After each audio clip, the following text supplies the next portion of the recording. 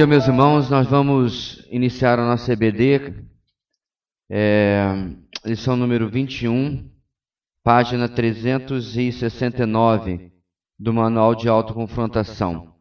Essa é, na verdade, a continuação da primeira parte de pecados escravizadores na lição número 20. Temos uma lição longa pela frente e vamos tentar cobri-la no normal de 2 domingos, né? E oxalá nós consigamos, porque senão atrapalha todo o cronograma aí. Oremos. Pai querido, pedimos que Tu venhas iluminar nossas mentes e corações, dar-nos entendimento, ó Deus, da Tua palavra e graça para obedecê-la.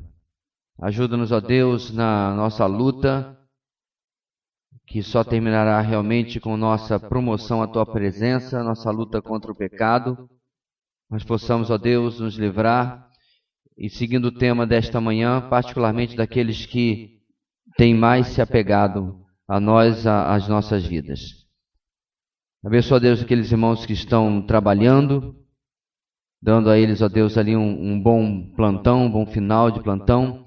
Abençoa aqueles que estão enfermos, ó Deus, possas restaurar a saúde desses e aos demais, que nós possamos crescer em compromisso, ó Deus, para estar em Tua casa quando assim deveríamos. Em nome de Jesus, amém. Vamos começar, meus irmãos, lendo os textos de abertura da nossa lição em Efésios capítulo 5, versículo 18, depois também em Efésios capítulo 6, ok? A uma só voz diz assim a palavra do Senhor: Não se embriaguem com vinho que leva à libertinagem, mas deixem-se encher pelo Espírito. Sempre é bom destacar, meus irmãos, que a NVI, até onde eu sei, saiu agora ano passado, né? Uma nova versão, essa não conferi esse texto, mas todas as anteriores, a Ferreira de Almeida, né? Vista atualizada, corrigida, fiel, enfim, elas dão uma canelada aí nessa tradução, traduzindo na voz ativa, encham-se do Espírito, né? Um imperativo ativo, quando na verdade essa é a tradução mais apropriada, um imperativo passivo, deixem-se encher do Espírito. Na sua apostila, por exemplo, tem aí exatamente o exemplo do que eu estou falando. Efésios 6, 12 e 13. Vamos lá? Pois a nossa luta não é contra seres humanos, mas contra os poderes e autoridades, contra os dominadores deste mundo de trevas, contra as forças espirituais do mal nas regiões celestiais. Por isso, vistam toda a armadura de Deus, para que possam resistir no dia mau e permanecer inabaláveis depois de terem feito tudo. Muito bem. Então esses são os textos base, esses 3 versículos de tudo aquilo que nós vamos ver nessa lição número 21. Seguindo, meus irmãos, como título dessa próxima página, se você já passou pelo novo nascimento espiritual e é agora crente no Senhor Jesus Cristo, você não está mais sob o domínio de Satanás. Jesus lhe deu a vida eterna e colocou sob a sua proteção. A morte, o sepultamento e a ressurreição de Jesus Cristo já garantiram a vitória sobre Satanás. Portanto, você deve usar todos os recursos que Deus lhe deu para ser mais que vencedor em Cristo. Vamos ler alguns textos, irmão. João 8, 34 a 36. Jesus respondeu: Digo a vocês a verdade. Todo aquele que vive pecando é escravo do pecado. O escravo não tem lugar permanente na família, mas o filho pertence a ela para sempre. Portanto, se o Filho os libertar, vocês de fato serão livres. Hebreus 2, 14 e 15. Portanto, visto que os filhos são pessoas de carne e sangue, ele também participou dessa condição humana, para que por sua morte derrotasse aquele que tem o poder da morte, isto é, o diabo, e libertasse aqueles que durante toda a vida estiveram escravizados pelo medo da morte. Tiago 4, 7. Portanto, submetam-se a Deus, resistam ao diabo, e ele fugirá de vocês. Muito bem. Bem, como sempre a gente não gasta tempo nessa parte de baixo, que é apenas um resumão da nossa lição, que já é longa o suficiente. Vamos ver, meus irmãos, aqueles princípios. Já estamos chegando ao 93 agora, neste caso, sobre pecados escravizadores. Deus derrotou Satanás pela morte e ressurreição do Senhor Jesus Cristo. Por meio desta vitória, Deus também capacitou você para vencer qualquer tentação e fortalecer os recursos suficientes para que responda biblicamente a cada problema da vida. Confiando no poder de Deus e mantendo-se obediente à sua palavra, você pode ser um vencedor em qualquer situação. Embasando isso, vamos lá, 1 Coríntios 10, 13. Não sobreveio a vocês tentação que não fosse comum aos homens, e Deus é fiel. Ele não permitirá que vocês sejam tentados além do que podem suportar. Mas quando forem tentados, Ele mesmo providenciará um escape para que o possam suportar. A lógica, meus irmãos, não Senhor, como eu diria, me ajuda porque eu não consigo. Na verdade, o grande problema, meus irmãos, é aí que Satanás trabalha, é tirar a nossa vontade de querer aquela mudança. Porque, como já falei 1 milhão de vezes, o pecado, ele não é algo desagradável. Não me entenda mal. Eu não estou dizendo que ele não é ruim. Eu nunca vi alguém gostar de fazer uma coisa desagradável. Isso não existe. Isso é ilógico para o ser humano. Nós fazemos coisas que de alguma maneira nos agradam. Então, por exemplo, se eu já desisti de uma ação piedosa, segundo a palavra de Deus, é porque o custo daquela ação eu medi como alto demais para mim. Veja bem, isso é uma decisão e uma avaliação minhas. Certo? Por quê? O comportamento de santidade, de piedade, ele tem um custo. Mortificação da carne, dizer não para mim mesmo. Andar a segunda milha, né? As figuras que Jesus usa. Então eu já andei 1 milha e 300 metros e eu já disse, deu. Não aguento mais. Então é uma decisão minha. E obviamente ela virá com consequências. Colossenses 1,13. Pois ele nos resgatou do domínio das trevas e nos transportou para o reino do seu Filho amado, em quem temos a redenção, a saber, o perdão dos pecados. Hebreus 2, 13 e 14. E também, nele porei a minha confiança. Novamente ele diz, aqui estou eu com os filhos de Deus, os filhos que Deus me deu. Portanto, visto que os filhos são pessoas de carne e sangue, ele também participou dessa condição humana para que, por sua morte, derrotasse aquele que tem o poder da morte, isto é, o diabo. Ok, os princípios agora, como está apontado aí, são continuação da lição 20, página 2.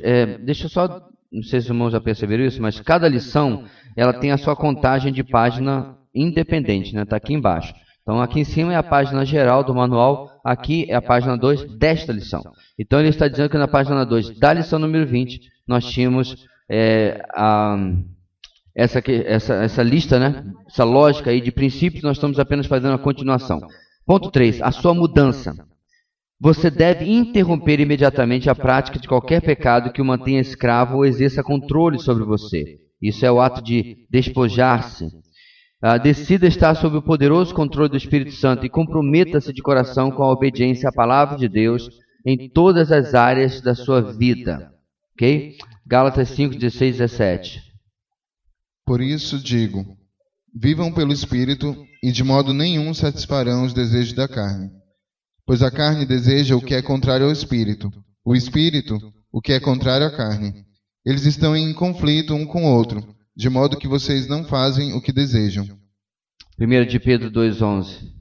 Amados, insisto em que, como estrangeiros e peregrinos no mundo, vocês se abstenham dos desejos carnais que guerreiam contra a alma. Muito bem. Então essa é a mudança que nós devemos tomar, não é sentimento, né? Como vocês percebem no texto do princípio 93, nós estamos falando de uma decisão. São coisas bastante diferentes. Eu gostei muito ontem de um filme que eu assisti, uma história real, e num acampamento para crianças. O conselheiro lá, inclusive pastor, ele falava sobre perdão, e a história do filme é uma criança que vive em um lar com um pai extremamente abusivo, violento, né? E aí ele tinha lá no manual do acampamento um lugar onde ele dizia, à noite, o tema da noite era sobre perdão, onde ele tinha dizer, hoje eu decido perdoar e o espaço para escrever. Então certinho, nota 10 para o colega lá do filme, é isso mesmo. Essa é a nossa grande dificuldade. Porque se nós dependemos de sentimentos, nós temos desculpas. Porque sentimentos são volúveis, precisam ser trabalhados e tal, né? E a nossa decisão é uma postura diante da palavra de Deus. E eu não estou dizendo que é fácil, não, irmão. Só apenas estabelecendo os fatos, viu? Certo? Dizer para você que você precisa de uma cirurgia de cerebelo, não estou dizendo que é fácil. Esse é o fato. Você tem que rachar a cabeça e alguém tem que entrar lá. Então é um exercício difícil, sem dúvida nenhuma. Por isso que eu mencionei agora há pouco da necessidade da graça de Deus para tanto. Vamos para o ponto 4, irmãos, a sua prática, princípio 94. Visto que a palavra de Deus ensina que aqueles que insistem na prática do pecado não herdarão o reino de Deus, examine-se a si mesmo extensivamente para verificar se você está na fé. Vamos verificar esse texto, eu já vou dar a explicação, já dei umas 10 vezes aqui na igreja, mas é bom a gente reforçar isso. 1 Coríntios 6, 9 e 10. Vocês não sabem que os perversos não herdarão o reino de Deus? Não se deixem enganar, nem imorais, nem idólatras, nem adúlteros, nem homossexuais passivos ou ativos, nem ladrões, nem avarentos, nem alcoólatras, nem caluniadores, nem trapaceiros herdarão o reino de Deus. Gálatas 5, 19 e 21. Ora, as obras da carne são manifestas: imoralidade sexual, impureza e libertinagem, idolatria e feitiçaria, ódio, discórdia, ciúmes, ira, egoísmo, dissensões, facções e inveja, embriaguez, orgias e coisas semelhantes. Eu os advirto, como antes já os adverti. Aqueles que praticam essas coisas não herdarão o reino de Deus. Ok, vamos cobrir o texto todo, depois eu considero. João 3, 3. Em resposta, Jesus declarou: digo a verdade, ninguém pode ver o reino de Deus se não nascer de novo. 2 Coríntios 13, 5. Examinem-se para ver se vocês estão na fé. Provem a vocês mesmos. Não percebem que Cristo Jesus está em vocês, a não ser que tenham sido reprovados. Ok, deixar o último de fora. Então veja bem, meus irmãos, a lista que nós vimos nos primeiros versículos, ela estabelece o quê? Esses que têm este comportamento, e muitos outros, é claro, não herdarão o reino de Deus, certo? Então vamos lá. Assassinos herdarão o reino de Deus? Tem outra lista que diz que não. Então, o camarada é crente há 340 anos, e aí ele se envolve em uma discussão, e no afã do calor e tal, ele vai e empurra a pessoa de um precipício, certo? Segundo a lei, ele vai responder por homicídio, talvez possa até ter um atenuante por... se diz, estava exaltado e tudo mais, houve ali uma discussão, enfim. O ponto aqui, meus irmãos, é que não é isso que o texto está dizendo. O texto está dizendo o quê? Que o comportamento padrão de quem não conhece o Senhor é deste de um assassino, de um mentiroso, de um idólatra, de um avarento, certo? De um adúltero, de um homossexual, tudo aquilo que está lá. Esse é o comportamento padrão, não perdoado, não mudado, né? Não houve transformação, não houve arrependimento, não houve mudança, não houve abandono desse pecado, ok? Não está se referindo ao fato de que quem, porventura, um momento da sua vida tenha cometido qualquer desses, perdeu a salvação, porque isso é o que muitos arminianos defendem, certo? É aquela quase paródia que eu faço, que Jesus tem um lápis com borracha, né, lá no céu, e o livro da vida é escrito nesse lápis. Então, tá o camarada lá né, e ele adulterou no pensamento, foi o que Jesus falou, mais uma vez, né, Jesus, deixa eu apagar o nome do cara. Aí ele vai fazer o devocional fala sobre pureza, ele vai se arrepende, pede perdão a Jesus. Eu já vou escrever o nome dele de novo e tal. Isso chega a ser ridículo, né? Não é assim que a vida cristã funciona. Eu reafirmo, por mais que as pessoas também queiram fazer disso um espantalho, o axioma bem simples e completo. Uma vez salvo, salvo para sempre. Isso não significa que você tem um passe livre para fazer o que você quiser. Isso não significa que... inclusive, o texto acabou de dizer, verifica se você está mesmo na fé. Porque se a vida não há em absoluto mudança, certo? Se o pecado é o modus operandi da sua vida, parceiro, aí a gente tem que conversar. É outra história completamente diferente, certo? Você está brincando com Deus. Isso é uma vida religiosa, a vida que está tapando o sol com a peneira, com a atitude, né? Vem na igreja, certo? Defende a doutrina, muitas vezes até para as pessoas, fala e fala, mas nunca, como diz João 3,3, nunca nasceu de novo, certo? Isso é o mais importante do que tudo. Se a gente tivesse que escolher, irmão, você quer, claro que é uma coisa hipotética, entre ter um enorme conhecimento doutrinário e nascer de novo, certo? É melhor você se converter e ir burro e ignorante para o céu, como, por exemplo, a Dona Cruz. Que tipo de doutrina? Não teve discipulado, não teve classe de catecúmenos, não teve absolutamente nada. Ele creu e foi salvo. Conhecimento não mede salvação. Conhecimento não é pré-requisito para a salvação.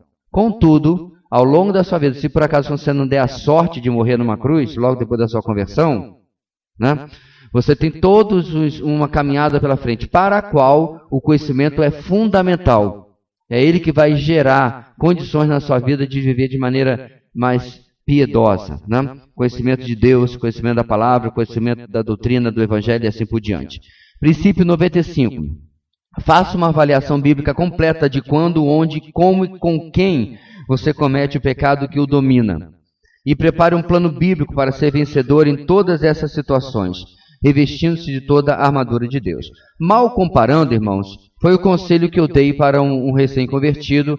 Ele tinha sido alcoólatra, ou como eles mesmos falam, né? Ele era alcoólatra há mais de 2 décadas, estava se libertando do álcool, mas conforme exatamente o movimento que trabalha com esse segmento diz, ele será alcoólatra o resto da sua vida. E os conselhos práticos que eu dei para ele foi literalmente mude de bairro, porque ele podia não ter, né, um pinto no bolso, nada, nem um centavo, mas sempre aparecia um amigo, e se ele tivesse com fome, não aparecia um amigo para dar um prato de comida, mas para levar para beber. Então eu falei, cara, vem de tua casa e muda de bairro. Radical, né? Mas o que ele ia fazer? Tá na zona oeste, vai para a zona leste da cidade, sei lá, cruza a cidade, foge daí, arranja novas companhias, porque essas vão te levar repetidas vezes para o buraco. Aí você vai perguntar, mas ele não era convertido?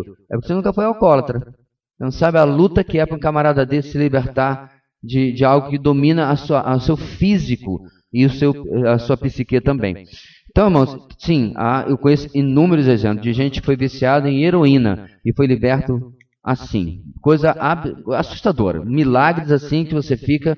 Por outro lado, também conheço vários outros casos de gente que lutou durante anos até que finalmente obteve a sua libertação. Ok? Vamos lá, irmãos. Salmo 139, 23 e 24. Tem não? Se não tiver, a gente pula. 1 Coríntios 11, 31. Mas se nós tivéssemos o cuidado de examinar a nós mesmos, não receberíamos juízo. Encontrei aqui Salmos também. Sonda-me, ó Senhor, ó Deus, e conhece o meu coração. Prova-me e conhece as minhas inquietações. Vê se em minha conduta, algo te ofende e dirige-me pelo caminho eterno. A ideia desses 2 versículos é exatamente essa dessa análise, né, dessa avaliação pessoal, para reconhecer sua limitação e começar a alinhavar um plano de ação para vencer naquela área ou áreas específicas. Romanos 6, 12 e 13. Portanto, não permitam que o pecado continue dominando o corpo mortal de vocês, fazendo que obedeçam aos seus desejos. Não ofereçam os membros do corpo de vocês ao pecado como um instrumento de injustiça. Antes, ofereçam-se a Deus como quem voltou da morte para a vida, e ofereçam os membros do corpo de vocês a Ele, como instrumento de justiça. Ok. Esse texto agora, irmãos, da armadura de Deus, o capítulo 6, 10 em diante, a gente vai ler aos poucos, né, durante a nossa caminhada aqui, porque é uma parte básica do nosso ensino, nosso estudo, então a gente vai adiantando.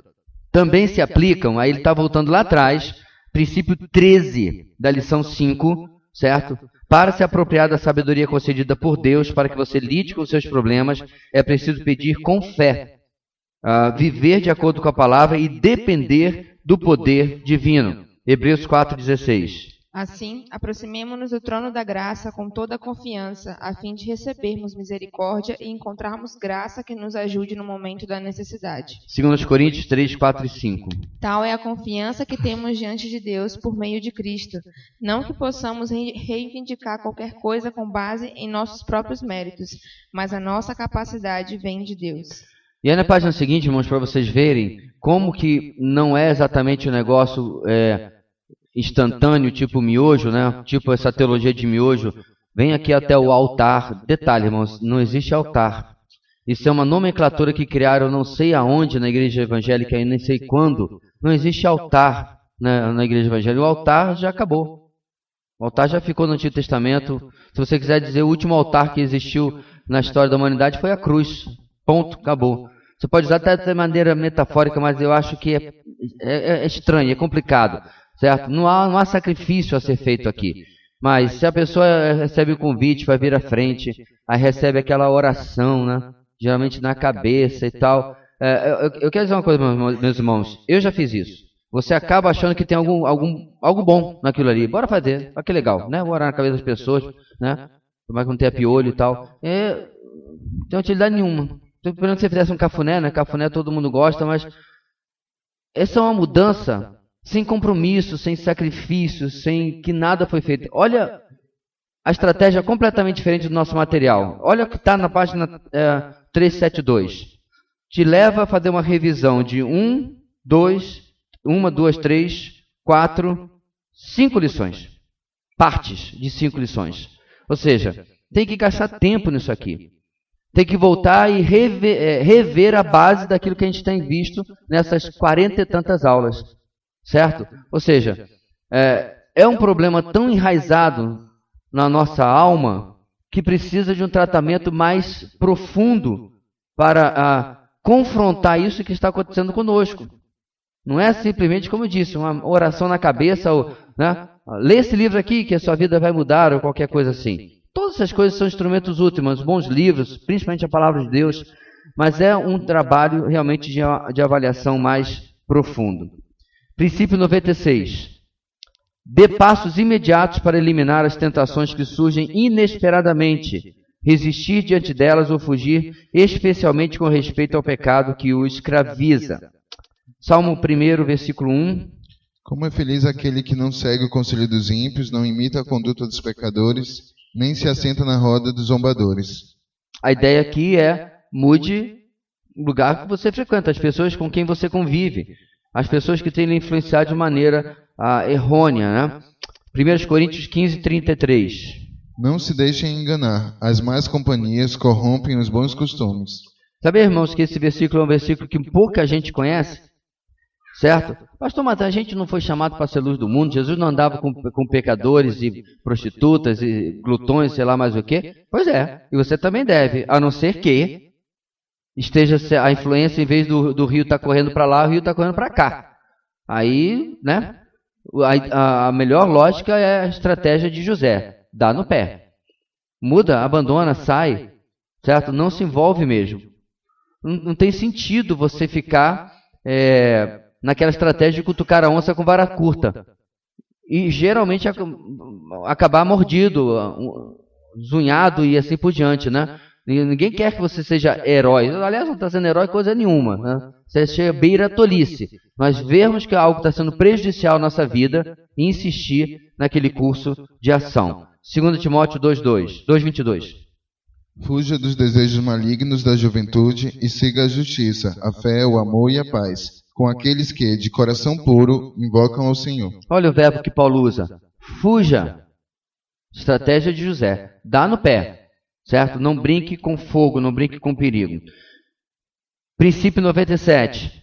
Seja sempre um fiel praticante da palavra em todas as áreas da sua vida. Mostre-se particularmente diligente no cumprimento do plano bíblico para vencer o seu pecado escravizador, ou no plural, de tal forma que você possa amadurecer a semelhança de Cristo em todos os aspectos do seu agir, pensamentos, palavras e ações. 2 Timóteo, texto muito conhecido, 3:16 e 17. Toda escritura é inspirada por Deus e útil para o ensino, para a repreensão, para a correção e para a instrução na justiça, para que o homem de Deus seja apto e plenamente preparado para toda boa obra. Hebreus 5,14. Mas o alimento sólido é para os adultos, os quais, pelo exercício constante, tornam-se aptos para discernir tanto o bem quanto o mal. Repetidas vezes com as pessoas que acompanho ou acompanharei, já posso cantar a pedra futura. Quando você vai verificar quanto aos problemas na sua vida, a pessoa não tem um hábito devocional. Eu não me refiro necessariamente a usar o nosso devocional, certo? Por mais que eu recomende veementemente. Inclusive, teve já uma pessoa que pareceu aquela ilustração da mulher que foi falar para Spurgeon que não gostava do estilo do método de evangelismo dele, mas ela não tinha método algum. Essa pessoa veio falar para mim que não gostou do nosso devocional. Isso faz um tempo, né? Eu falei, não tem problema. Você não é obrigado a usar o devocional. Qual que você vai usar? Não tenho ideia de qual usar. Então você vai fazer como o seu devocional? Ainda não sei. Falei, meu irmão, então faz isso aqui por enquanto. Por favor. Porque a pessoa não tem estratégia nenhuma para crescimento espiritual e vem criticar a única que ele apresenta. Então a gente já tem, às vezes, meus irmãos, que baixar nossa bolinha um pouquinho, né? Camarada não tem competência para escrever uma página desse nosso devocional, mas não gostou. E aí ainda vai dizer que vai estudar a Bíblia sozinho. Né? Tirar sozinho as mesmas lições do texto que não consegue sequer aproveitar de algo que está mastigado, quase engolido pela própria pessoa. Então, quando você vai verificar a vida de alguém que você vai aconselhar, meu irmão, a primeira coisa que você endereça, claro, supondo que você já sabe que a pessoa é crente, né? A primeira coisa que você endereça é como está a sua vida com Deus. Mas eu estava num funeral, há 10 anos isso, lá no Campo da Saudade, Campo da Saudade, né? Estava lá, e encontrei um irmão que eu não via há um tempão, estava com a ovelha do lado e tal, e aí estávamos naquele funeral, no enterro, e aí eu sabia que o irmão estava meio fora, né, da sua igreja, e ele começou isso e aquilo e tal. Eu falei assim, tá certo, meu irmão. Como está a sua vida com Deus? Foi a primeira coisa que eu falei para ele depois de ouvi-lo alguns minutos. Aí o irmão da nossa igreja falou assim, pastor, só não dá nem tempo para a pessoa respirar. Mas ela não está respirando. Esse é o problema. Ela está tentando viver sem oxigênio espiritual, sem vida com Deus, sem contato diário com Deus. Então, nosso manual, meus irmãos, ele volta a esse tema repetidas vezes. Não vai ser a última vez que nós vamos ler Timóteo 3,16, nós vamos ler Hebreus 4,12, né? O papel fundamental da palavra de Deus na autoconfrontação. Aliás, a gente vai se autoconfrontar com o quê? Com folhinha de calendário de Seixonoe? Não. Com a palavra de Deus, renovando na nossa vida coisas que nós esquecemos muitas vezes. Lembre-se, como filho de Deus, você não é dono de si mesmo. Você foi comprado pelo sangue precioso de Jesus Cristo e é templo do Espírito Santo. Consequentemente, você deve agradar e glorificar ao Senhor em todos os aspectos do seu agir, pensamentos, palavras e ações. Vamos ver alguns textos aí, irmãos. 1 Coríntios 6, 19 e 20. Acaso não sabem que o corpo de vocês é santuário do Espírito Santo que habita em vocês, que lhes foi dado por Deus e que vocês não são de vocês mesmos? Vocês foram comprados por alto preço, portanto, glorifiquem a Deus com o seu próprio corpo. 1 Coríntios 10, 31. Assim, quer vocês comam, quer bebam, quer façam qualquer outra coisa, façam tudo para a glória de Deus. Muito bem. Como vocês veem logo embaixo, de novo, lição 5, lição 8 e lição 21 sendo destacadas mais uma vez, trechos delas, né, para você reforçar esse princípio 97. Revestindo-se de toda a armadura de Deus é a nossa próxima etapa no lidar com pecados escravizadores, ok? É uma ilustração perfeita do apóstolo Paulo. Eu vi que no retiro foi feito de maneira bem interessante para as crianças, usando o equipamento policial, certo? Claro que você pode fazer essa visualização para as crianças aprenderem melhor, mas é importante você pensar, na verdade, sobre o soldado romano, ok? Todo mundo aqui fez história na escola, no mínimo você assistiu o filme Gladiador, alguma coisa parecida. Todo mundo sabe como você assistiu a um filme bíblico, né? Qualquer um, você tem uma ideia de como ele se vestia, né? O interessante é que ele podia estar fora de forma quanto fosse, ser gordinho como fosse, barrigudo, pouco importa, mas a couraça dele tinha uns, né, peitoral, abdômen sarado e tal. A ideia, meus irmãos, é impactar o inimigo, né? Passando uma imagem até que eles não tinham muitas vezes por baixo. Apesar que eu acredito, para levantar uma espada daquela, ela pesava, se não me engano, a espada romana, ela era mais ágil do que a de outras culturas, mas ainda assim ela pesava cerca de 15 quilos. Dá uma pegada na próxima vez que você for na academia, ou então pega 15 quilos, né? Faz as compras no mercado, compra 15 quilos de arroz, certo? E começa a sacudir assim, faz assim, bem, tá? Tudo concentrado num negócio desse tamanho mais ou menos, então é muito pesado. Mas a ideia era essa, porque quando ele fazia o movimento e enfiava, né, já havia ali um movimento, né, uma inércia, já pegou embalo, né, e tal, e aí, meu amigo, tchau e bênção para quem estava do outro lado. Essa é a ideia que nós temos aqui, meus irmãos. Vamos lá. Como crente obediente, você deve ficar firme na força do Senhor, ser sóbrio de espírito e manter-se vigilante para resistir às ciladas do diabo. Você não pode contar, porém, com a sua força e suficiência dos seus recursos para vencer a astúcia e as tentações de Satanás nas diferentes áreas da sua caminhada cristã. Portanto, você deve se revestir de toda a armadura de Deus para ser mais que vencedor na batalha espiritual contínua contra as forças do mal. Deixa eu destacar uma coisa aqui, meus irmãos. Satanás, ele não deve ser temido, ok? Mas da mesma maneira, vamos lá, também não deve se desfazer ou se desconsiderar a sua astúcia e tudo mais. Como é que a gente tem esse equilíbrio, certo? Né? Não precisa ter medo de ir de noite na cozinha porque a luz está apagada, certo? Isso é só para o seu filme de terror preferido. Certo? Esse tipo de coisa, né? Que Satanás vai fazer isso, vai fazer aquilo. A palavra de Deus permanece soberana. Aquele que é de Deus, o maligno não toca, ponto, acabou. Isso é o limite de Satanás, o livro de Jó está aí para você saber disso. Contudo, a palavra de Deus nos adverte diversas vezes sobre a astúcia, que não devemos menosprezar a estratégia de Satanás. Então, como que nós fazemos isso, irmãos? Efésios capítulo 6 responde a sua pergunta. Guardamos as nossas vidas, mantemos-nos vigilantes, seguindo esses conselhos que Paulo vai colocar aqui, ilustrados na armadura do soldado romano, do centurião romano, enfim, ok? Então a gente vai trabalhar isso com bastante minúcia para aproveitar o máximo possível. Primeiro, qual é o propósito, irmãos, ou propósitos da armadura de Deus? Primeiro, revestir-se de toda a armadura de Deus prepara-o para resistir às ciladas do diabo, e como eu falei, a gente ia repetir esses versos várias vezes. Efésios 6:11. Vistam toda a armadura de Deus para poderem ficar firmes contra as ciladas do diabo.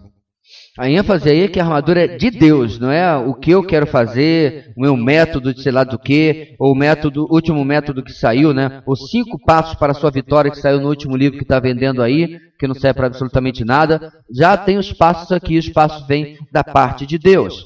B. Revestir-se de toda a armadura de Deus capacita-o para ficar firme na força do Senhor. 10, 11 e 13. Finalmente, fortaleçam-se no Senhor e no seu forte poder. Vistam toda a armadura de Deus para poderem ficar firmes contra as ciladas do diabo. Por isso, vistam toda a armadura de Deus para que possam resistir no dia mau e permanecer inabaláveis depois de terem feito tudo. Esse é um versículo, irmãos, que eu já destaquei em nossa igreja muitas vezes. Muito ensino, muita pregação. Eles não consideram em absoluto, em nenhum lugar, o dia mau. Esse dia mau, meus irmãos, ele tem inúmeras facetas, certo? Às vezes a gente pensa só em morte e tal, mas não. É tanta coisa que pode acontecer, como dizem os puritanos, neste vale de lágrimas, né? Então a gente tem que estar ciente de que Paulo não está colocando um condicional nesse dia mau. Ele está dizendo que ele vai acontecer, ok? Há dias maus que tem uma linha luminosa ao redor, né? Ou tem um lado bom. Por exemplo, o luto de alguém que é um servo do Senhor. Nós sabemos que aquela é a perda da vitória, para a vitória, né? É a morte para a vida. Então há essa situação. Mas ainda assim é um dia mau. não é necessariamente um dia de festa, certo?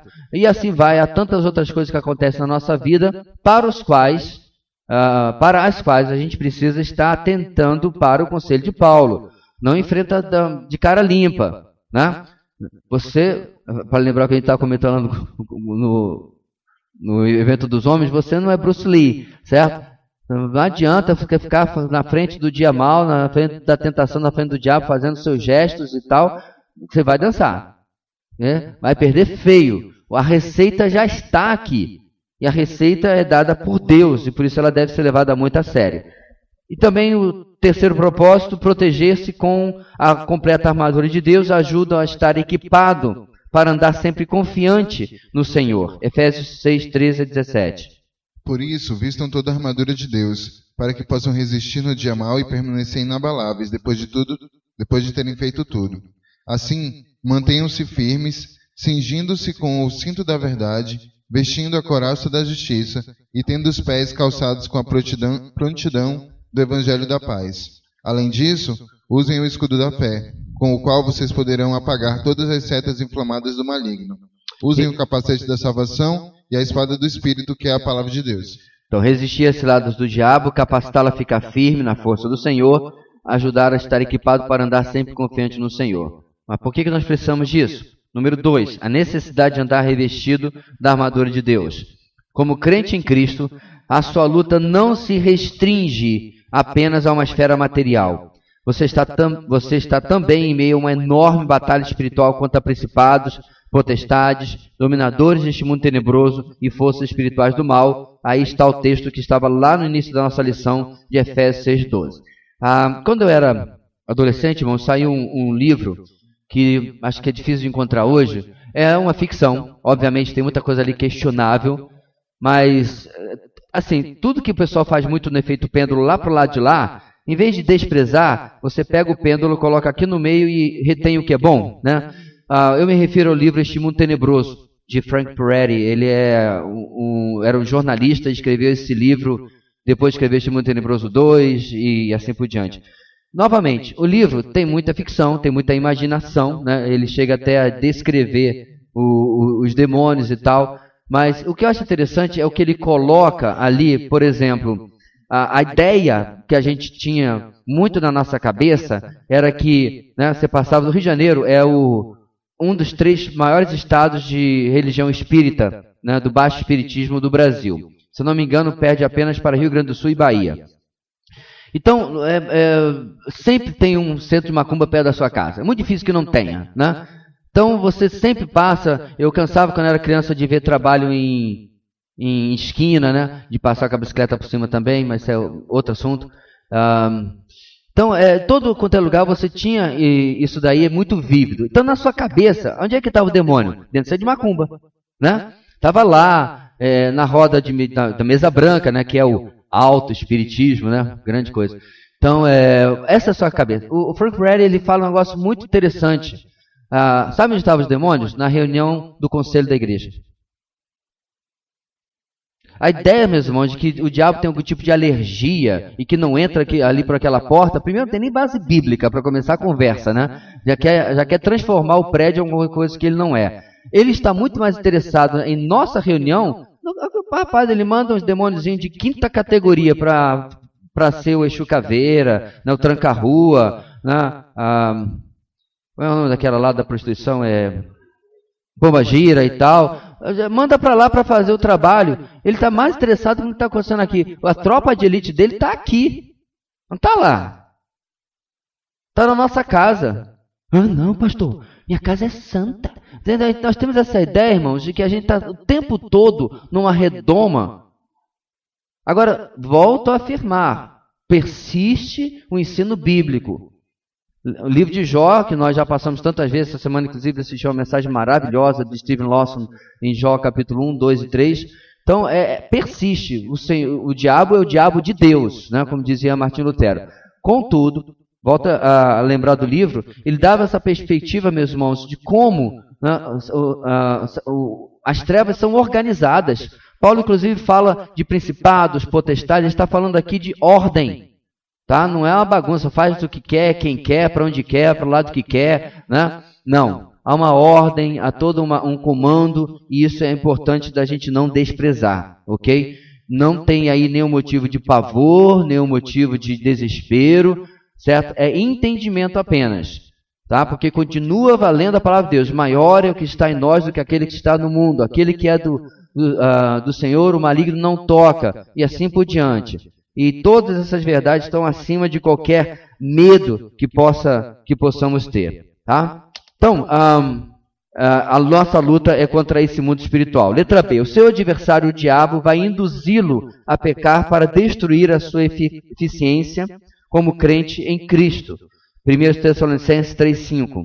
Por essa razão, não suportando mais, enviei Timóteo para saber a respeito da fé que vocês têm, a fim de que o tentador não os seduzisse, tornando inútil o nosso esforço. Talvez você esteja se perguntando, pastor, então, mas por que Deus deixa que ele faça isso? Essa é uma ótima pergunta, tá? Quando você for fazer no céu, me chama para eu lhe acompanhar. Não temos uma resposta completa. O fato é, meus irmãos, que está dentro da permissão de Deus uma certa flexibilidade à ação do inimigo, ok? Quando isso tem algo mais grave, né, Deus prontamente vai dizer, aí não, esse é o limite para o qual eu vou deixar você trabalhar. Agora, também, o Senhor é tão misericordioso que quando algo que o inimigo está planejando está fora da nossa capacidade de suportar, ele de novo entra ali, protegendo-nos, guardando-nos no que quer que tenhamos necessidade. 1 de Pedro 5, 8 a 10. Estejam alertas e vigiem. O diabo, o inimigo de vocês, anda ao redor como um leão, rugindo e procurando a quem possa devorar. Resistam-lhe, permanecendo firmes na fé, sabendo que os irmãos que vocês têm em todo o mundo estão passando pelos mesmos sofrimentos. Deus, de toda a graça, que os chamou para a sua glória eterna em Cristo Jesus, depois de terem sofrido por pouco tempo, os restaurará e os confirmará, os fortalecerá e os porá sobre firmes alicerces. Eu quero trazer aqui um exemplo simples, meus irmãos. Vamos supor que Satanás chegue para o Senhor, como ele chegou a respeito de Pedro, lembra? Ele queria peneirá-lo, né? A palavra não vinha. Ele queria peneirá-lo. Qual era a ideia aqui? É da provação, né? De mostrar o que faz a peneira? Separa o valioso do não valioso, né? E Satanás queria fazer isso para provar que Pedro não era quem ele pensava que ele era. Não Jesus, quem Pedro pensava que era. Porque Pedro, ele era o primeirão, ele se achava, né? Então, ele foi, até que ele entendeu que ele não era nada e precisava da graça daquele a quem ele seguia. Então, vamos supor que Satanás faça a mesma coisa comigo e com você. Por que nesse cenário ele estaria fazendo? Porque o Senhor, por que o Senhor permitiria? Porque ele já detectou na nossa vida, meus irmãos, um nível de independência, um nível de dureza de coração, um nível de falta de seriedade com as disciplinas espirituais, que infelizmente, entenda aqui a dinâmica, se algo não acontecer, certo? Eu não corro. Olha só, filho, fica aqui perto do papai, tá aí lá. Filhinho, fica aqui perto do papai, tá ele lá, né? Tá indo cada vez mais longe, tá longe. Tal. Aí ele vai, cai, né? Dá com o nariz, se esborracha no chão. O que ele faz logo em seguida? O que ele faz, irmão? Ninguém aqui foi pai ainda não? Sai correndo, aí abraça. Agora quer mais não, já te avisei, não, a gente faz isso não. Não é? Por quê? Agora ele precisa de papai. É isso que está por trás, irmãos, da motivação do nosso Deus, não do diabo. O diabo quer que você lasque, se arrebente, se escalave tudinho ali. Mas ele permite para que a gente perceba o que está acontecendo na nossa vida e volte correndo para abraçar a perna do nosso Pai. Que bom seria, meus irmãos, que apenas Deus falando assim, não vá muito longe, não faz isso, certo? Não fica abraçando esse cachorro de rua que está com doença. Ou qualquer outras coisas que as crianças façam e a gente não faça na rua, né?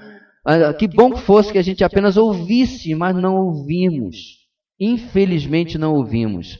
E aí ele precisa usar de alguns meios, inclusive do inimigo, para nos disciplinar, nos trazer de volta. Chamar a nossa atenção àquilo que está acontecendo. Satanás, letra C, o príncipe enganador deste mundo, maquina diligentemente como alcançar vantagem sobre você e os demais crentes em Cristo. João 12:31. Chegou a hora de ser julgado este mundo. Agora será expulso o príncipe deste mundo. Apocalipse 12:9. O grande dragão foi lançado fora. Ele é a antiga serpente chamada Diabo ou Satanás, que engana o mundo todo. Ele e os seus anjos foram lançados à terra. 2 Coríntios 2:11. A fim de que Satanás não tivesse vantagem sobre nós, pois não ignoramos as suas intenções. Uma das razões, meus irmãos, que eu não consigo entender a doutrina aliancista é a insistência em dizer, que pega o versículo lá de Apocalipse, lá no finalzinho, insistir que Satanás está preso desde do evento da cruz, né? Steve Lawson, nessa mensagem que eu estava assistindo, ele falava assim, bem, se ele está acorrentado, ele tem uma corrente muito longa. E é claro que todo mundo riu, porque já o Gran Conato, ele fala o seguinte, que o problema é que ele está com liberdade condicional. Ele vive saindo, né? Tem saidinha de Páscoa, saidinha de tudo, saidinha Dia das Mães, Dia dos Pais. Ele vive saindo, porque vive aprontando. Então, a ideia de que Satanás está acorrentado e preso, irmãos, não... Primeiro que não é o que o texto está dizendo de Apocalipse, mas não bate com aquilo que nós vemos nos nossos dias, né? Aí, claro que vão vir as subinterpretações. Não. É só Satanás que está preso. Os demônios estão soltos. Entendi, então. Tá bom. Conte-me outra. Vamos lá. Satanás, por intermédio dos seus falsos mensageiros, procura induzi-lo ao erro continuamente. Mateus 24:24. Pois aparecerão falsos cristos e falsos profetas, que realizarão grandes sinais e maravilhas, para, se possível, enganar até os eleitos. Olha só, irmãos. Parece alguma coisa que a gente vê hoje em dia? O incrível, irmãos, que eu já tive discussões com evangélicos. Se Deus não está abençoando, por que tem cura lá? Aqui na Praça da Bandeira tinha um médium espírita que curava. Também é de Deus, então? O texto está acabando de dizer. Farão sinais para enganar, se possível, é importante esse destaque, né? Se possível, até os eleitos. Então é claro, meus irmãos, que a gente precisa estar alerta para isso que Satanás produz. 2 Coríntios 11, 13 e 4. O que receio e quero evitar é que, assim como a serpente enganou Eva com astúcia, a mente de vocês seja corrompida e se desvie da sua sincera e pura devoção a Cristo. Pois se alguém tem pregado a vocês um Jesus que não é aquele que pregamos, ou se vocês acolhem um espírito diferente do que acolheram, ou um evangelho diferente do que aceitaram, vocês o toleram com facilidade. Tem um livro, para reforçar, irmãos, essa questão da necessidade de andar. Eu não lembro quem está publicando agora, porque é um livro que vive de editora para editora, porque é aquele negócio, né? Se não for 15 passos para a sua vitória, o povo evangélico não compra. Mas um livro que você não pode passar dessa vida para outra sem ler, de C.S. Lewis, eu não sei como é que é o título agora, já foi Cartas do Coisa Ruim, Cartas do Inferno. The Screwtape Letters é um texto muito bom de C.S. Lewis, aonde ele faz, de novo, irmãos, é fictício, ele não teve nenhuma revelação, nem entrevistou, né, um demônio, aonde ele faz um diálogo ficcional entre um demônio sênior e um novato, né, um cara que, digamos assim, um demônio que já está dando uma olhada na reforma da Previdência e o camarada está entrando no mercado de trabalho.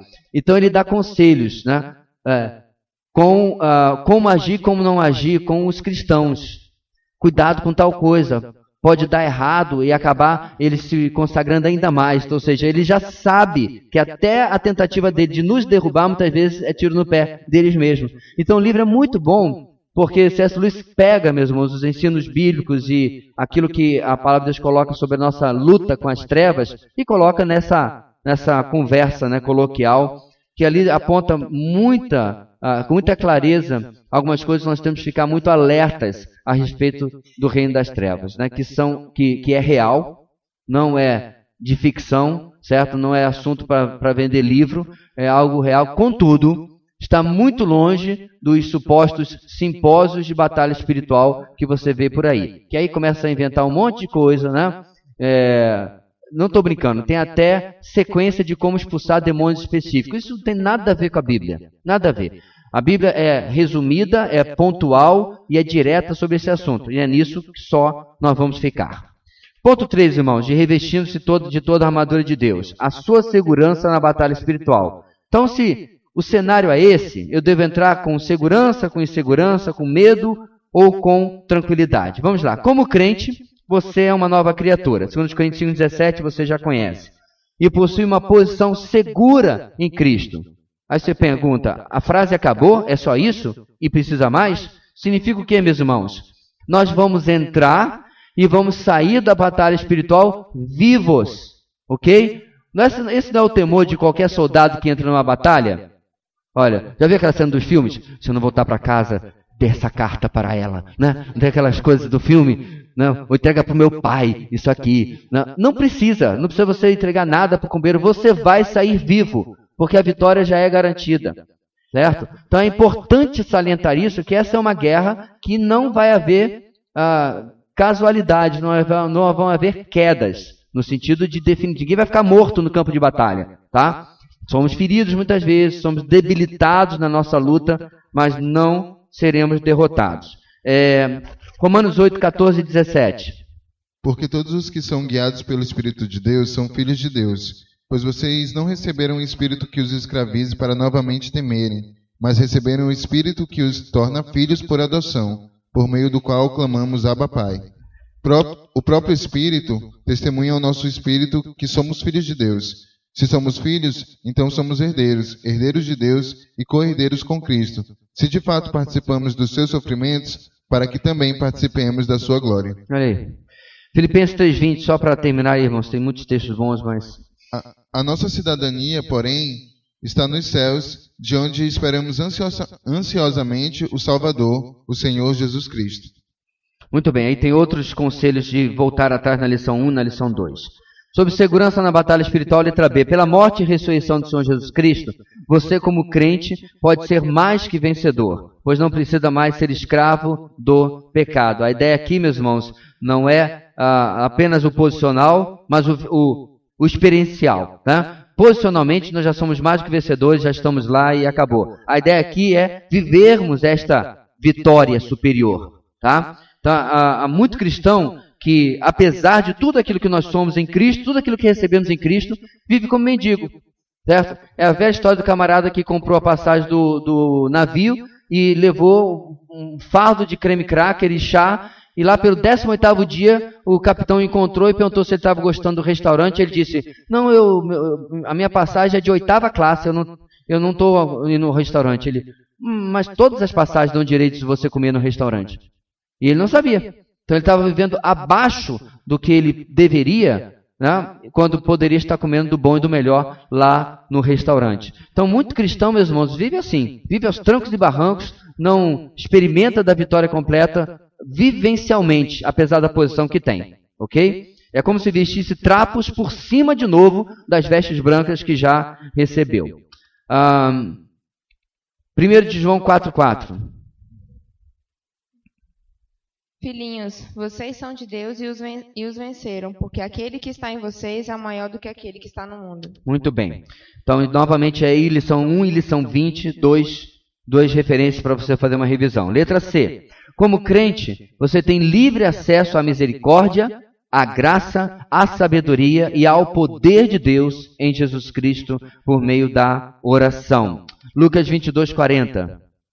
Chegando ao lugar, ele lhes disse, orem para que vocês não caiam em tentação. Tiago 1:5. Se algum de vocês tem falta de sabedoria, peça a Deus, que a todos dá livremente de boa vontade e lhe será concedida. A oração proporciona comunicação com Deus. Sexta-feira nós destacamos, irmãos, numa breve meditação, como nos falta estratégia, planejamento para a nossa vida de oração.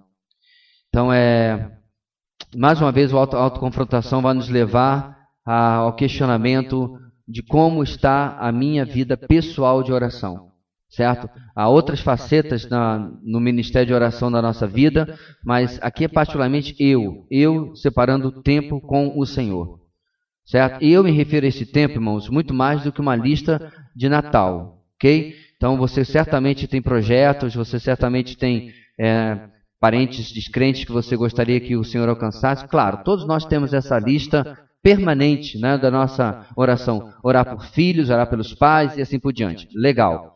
Mas a ideia aqui é maior, certo? Deitar, para emprestar uma expressão aí, no divã de Deus e abrir seu coração, conversar com ele. Deus, olha, isso aqui tá pegando, isso aqui tá difícil, e realmente falar e conversar com o Senhor. Nós, irmãos, carecemos dessa disciplina, dessa prática, não apenas da presença de Deus, mas de tempo com Deus, tempo separado com Deus. Eu creio que é algo muito falho na minha vida, eu tenho certa convicção que também é na sua. E aí, meus irmãos, sem contato com o Pai, é tudo que Satanás deseja que a gente não alcance, né? Mantê-los longe do Senhor. Sexta no nosso texto era exatamente o Senhor Jesus, o Filho de Deus encarnado, na segunda pessoa da Trindade, aquele que tudo subsiste pela mão do seu poder. Preciso continuar as credenciais. Ele fazia o quê? Ia a um lugar deserto para orar. Então acaba-se os argumentos. Eu dizer assim, Paulo e Silas oravam na prisão. Nossa, que bênção, né? É uma coisa. Mas dizer que o Senhor Jesus orava é outra categoria completamente para a nossa percepção. Letra C. Como crente você tem livre acesso... Não, já fomos, né? Desculpemos. Letra D. Como habitação do Espírito Santo, você está apto para discernir o certo e o errado e pode receber orientação divina. O Espírito Santo pode também guardá-lo de satisfazer os desejos da carne. Vamos a alguns textos aqui. Romanos 8, 9. Entretanto, vocês não estão sob o domínio da carne, mas do Espírito. Se de fato o Espírito de Deus habita em vocês. Primeiro, se alguém não tem o Espírito de Cristo.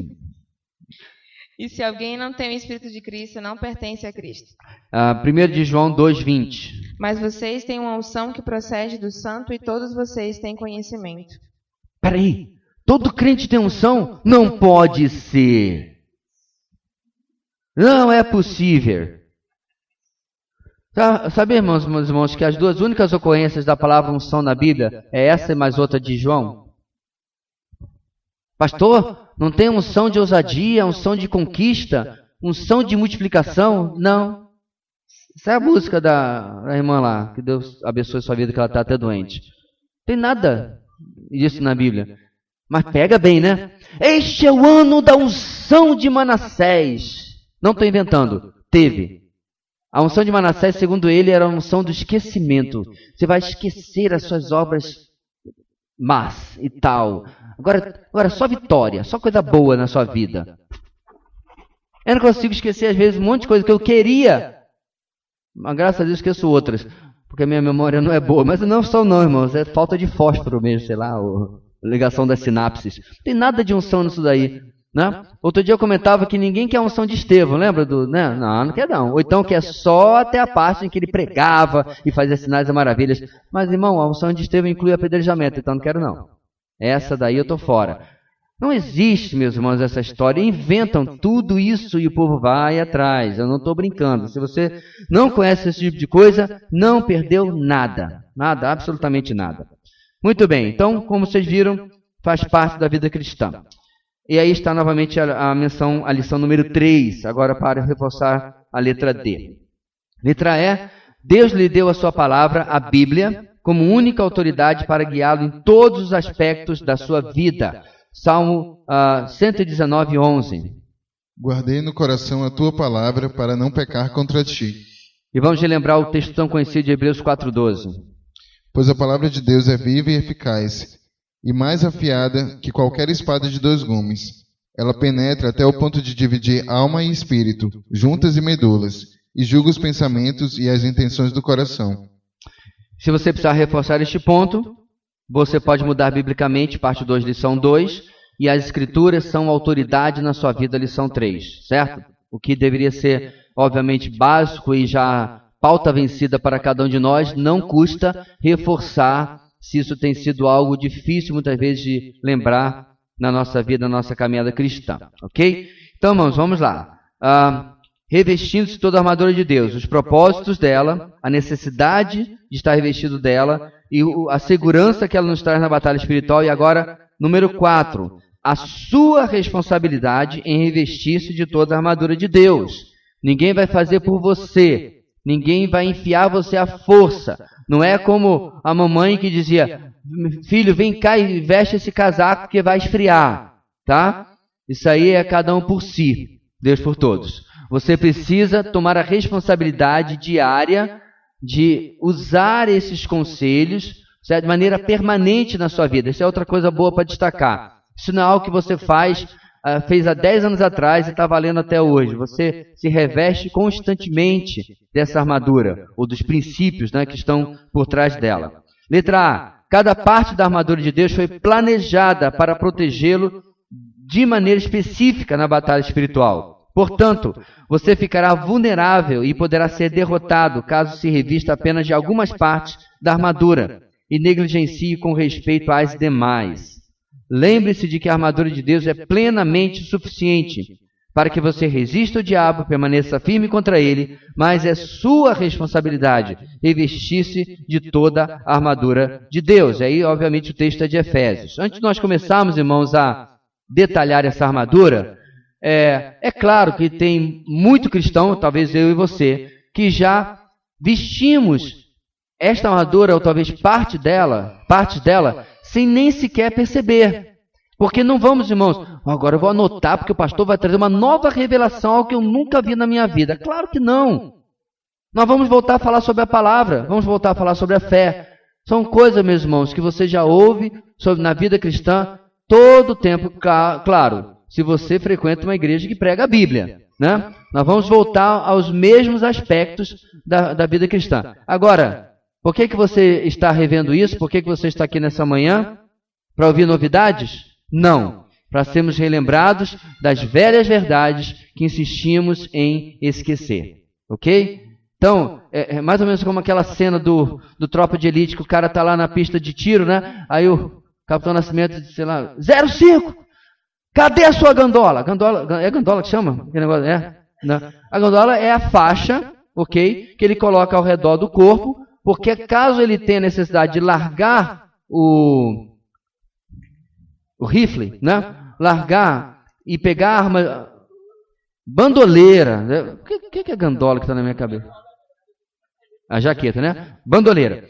Tá, ele solta o rifle e pega a arma de lado e o rifle fica pendurado, fica tranquilo aqui, não é isso? Aí ele pergunta, cadê a sua bandoleira? Seu amigo está ali ferido. Aí ele fala um monte de coisa que eu não posso repetir aqui, mas o ponto é que a ideia, meus irmãos, é saber como nós estamos usando, no momento apropriado, cada parte daquilo que o Senhor já nos deu. É só um pedaço de couro, mas já viu a importância? Então, há áreas da nossa vida que às vezes estão descobertas porque não estamos usando algo tão básico que o nosso Deus nos deu, certo? Usando aí o apóstolo Paulo de uma maneira bem gráfica, bem didática, certo? Algo que estava muito na mentalidade. Por quê, irmãos? Os soldados romanos estavam por todo lugar, certo? Não é como se tivesse... Deixa eu viajar aqui para eu conhecer o soldado. Eles estavam em todo lugar. É por isso que havia no Império a Pax Romana. Você podia andar nas estradas, podia ir em tudo quanto é lugar, porque para onde você se virava era um estado policial. Você não tinha como simplesmente viver a sua vida, estava em todo quanto é lugar, mantendo a ordem, ok? Então vamos lá. Efésios 6,14.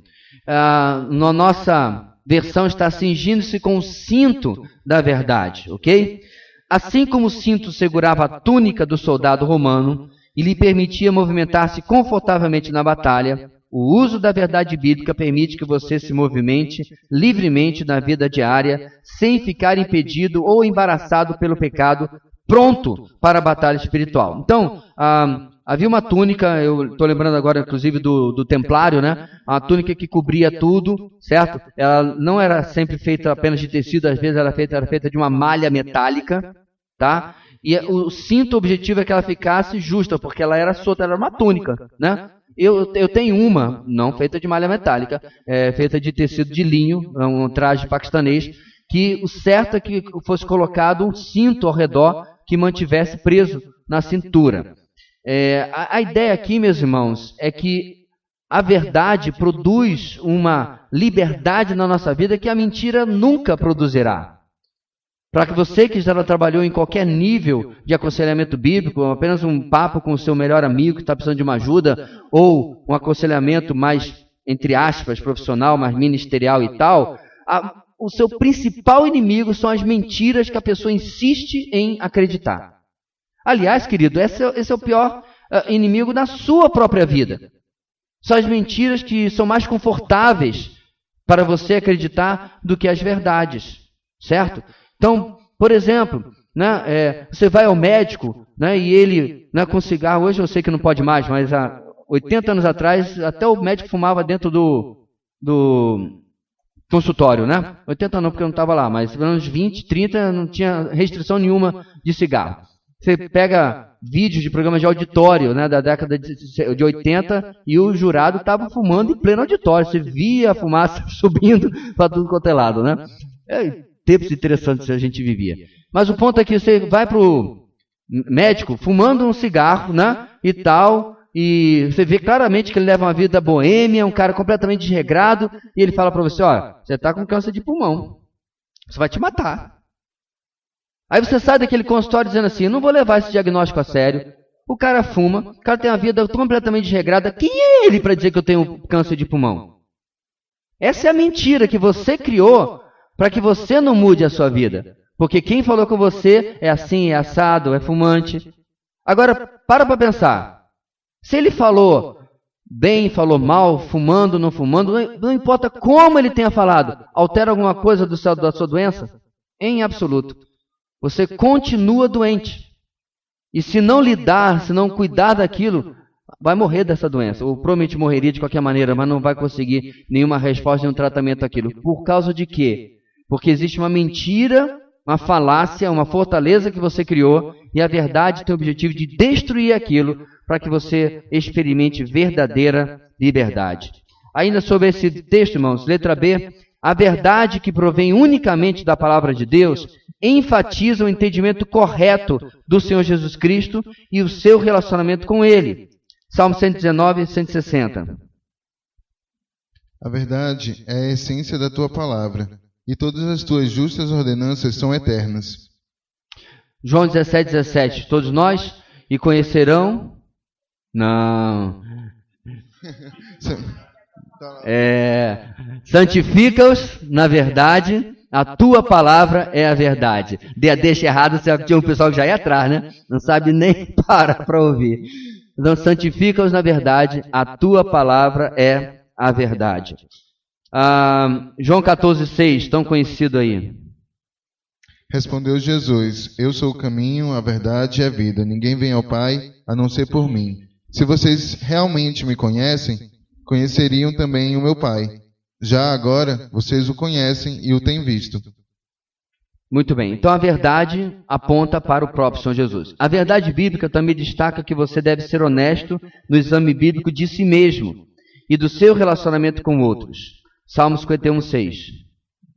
Sei que desejas a verdade no íntimo, e no coração me ensinas a sabedoria. Romanos 12, 9. O amor deve ser sincero. Odeiem o que é mal, apeguem-se ao que é bom. Efésios 4, 15 e 25. Antes, seguindo a verdade em amor, cresçamos em tudo, naquele que é a cabeça, Cristo. Portanto, cada um de vocês deve abandonar a mentira e falar a verdade ao seu próximo, pois todos somos membros de um mesmo corpo. Muito bem. É particularmente importante que você reconheça as áreas em que é mais vulnerável aos ataques de Satanás. Resoluto em sua honestidade, prepare um plano bíblico para vencer estas áreas específicas de fraqueza ou tentação e mantenha-se alerta. Salmo 119, 11. Nós já lemos agora há pouco, né? Escondi a tua palavra no meu coração, eu guardei para não pecar contra ti. 1 Coríntios 11, 31. Mas se nós tivéssemos o cuidado de examinar nós mesmos, não receberíamos juízo. O próximo texto aqui, Tessalonicenses 5, 6. Portanto, não durmamos como os demais, mas estejamos atentos e sejamos sóbrios. Muito bem. Então, meus irmãos, essa é a primeira parte sobre cingir-se com o cinto da verdade. Tá? Aliás, só relembrando, tudo isso nós vimos no nosso devocional alguns meses atrás, lembra? Foi passeado nesse mesmo texto no nosso devocional. Vamos lá. Número 2, e aí na nossa versão diz vestindo a couraça da justiça, ok? A ideia aqui, meus irmãos, aliás, essa couraça é aquela que eu mencionei, que era uma proteção que pegava o tórax e o abdômen, né? Que era, obviamente, a figura de um homem bem fortão, bem malhado, bem tudo mais, não importa o que estivesse por trás daquilo lá, importante era a impressão que causava ao inimigo, certo? Não a ideia aqui é mostrar algo, mesmo que não seja a realidade por trás. E olha só que interessante, a justiça aqui não é a mesma coisa? É a justiça dele sobre alguém que em absoluto é justo. Somos justos nele, por causa dele, certo? Então há uma couraça mostrando uma realidade que necessariamente não está do lado de cá. Não está do lado de cá. Porque somos pecadores, mas a justiça dele nos cobre, mostrando, né, para as principais potestades, para o próprio Senhor, a realidade que o Senhor Jesus conquistou na cruz do Calvário.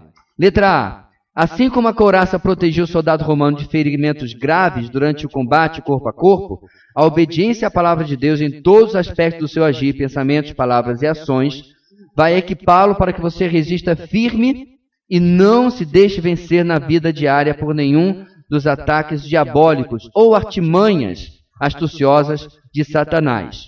A couraça da justiça, evidente na sua vida por meio de pensamentos, palavras e ações semelhantes a Cristo, a semelhança de Cristo, desculpe, relaciona-se à sua fé no Senhor Jesus. Romanos 1,17. Porque no Evangelho é revelada a justiça de Deus, uma justiça que do princípio ao fim é pela fé, como está escrito. O justo viverá pela fé. 3, 21 e 22. Mas agora se manifestou uma justiça que provém de Deus, independente da lei, da qual testemunham a lei e os profetas. Justiça de Deus mediante a fé em Jesus Cristo para todos os que creem. Não há distinção. A couraça da justiça, meus irmãos, ela vai ser, diz a nota, a fé em Cristo e o amor que se manifesta à semelhança de Cristo também podem ser descritos como uma couraça. Então, a ideia aqui, queridos, é que existe algo nos protegendo, certo? Que é uma evidência externa de uma realidade nossa, mas que contrasta totalmente com aquilo que nós somos por dentro, a parte daquilo, certo? Tirou a armadura, tirou a couraça, o que se revela não impressiona. A letra está lembrando aqui a letra de uma canção dizendo que por dentro da armadura só há um menino. Então, várias vezes você já deve ter visto alguns filmes ou até desenho em que lá estava o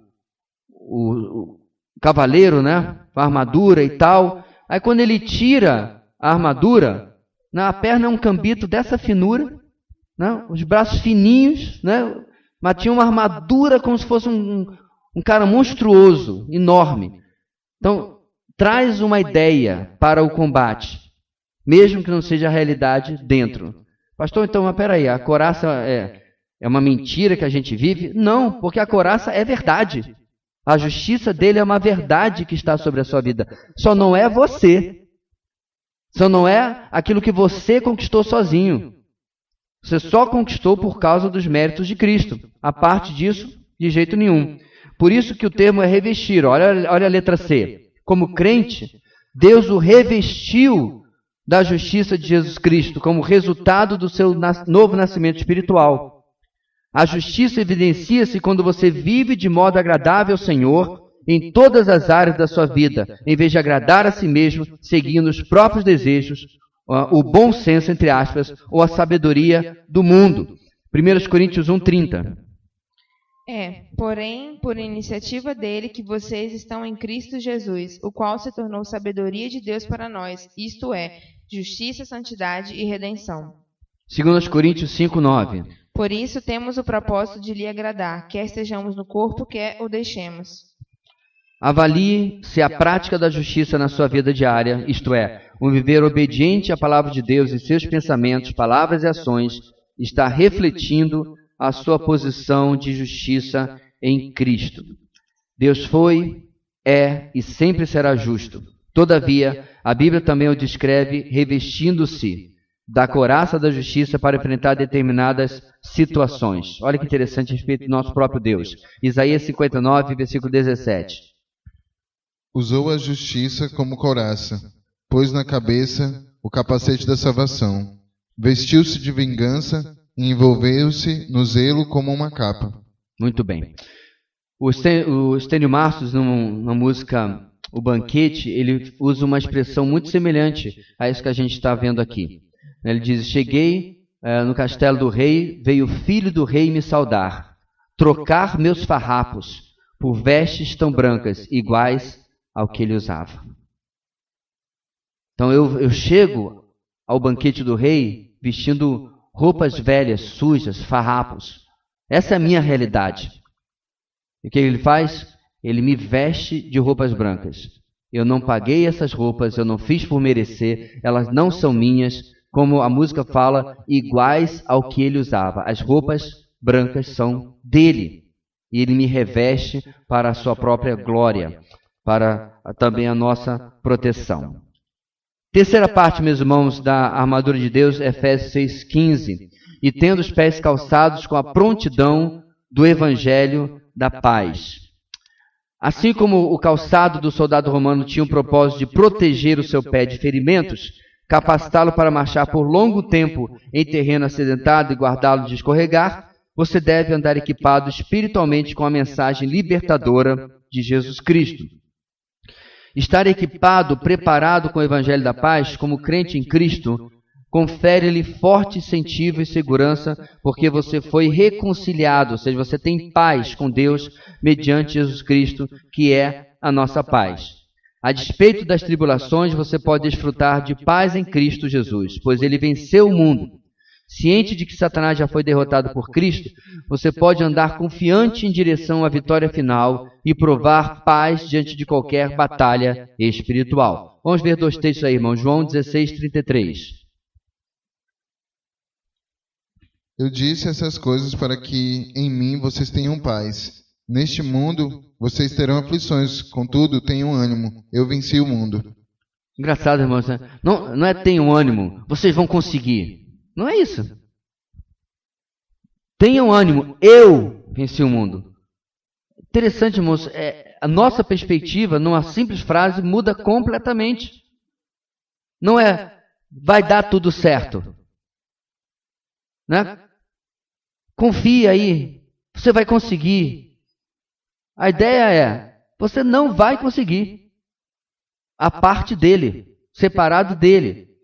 Mas porque ele já conseguiu, você é içado, trazido à vitória dele. Isso, meus irmãos, é um esmagar de ego.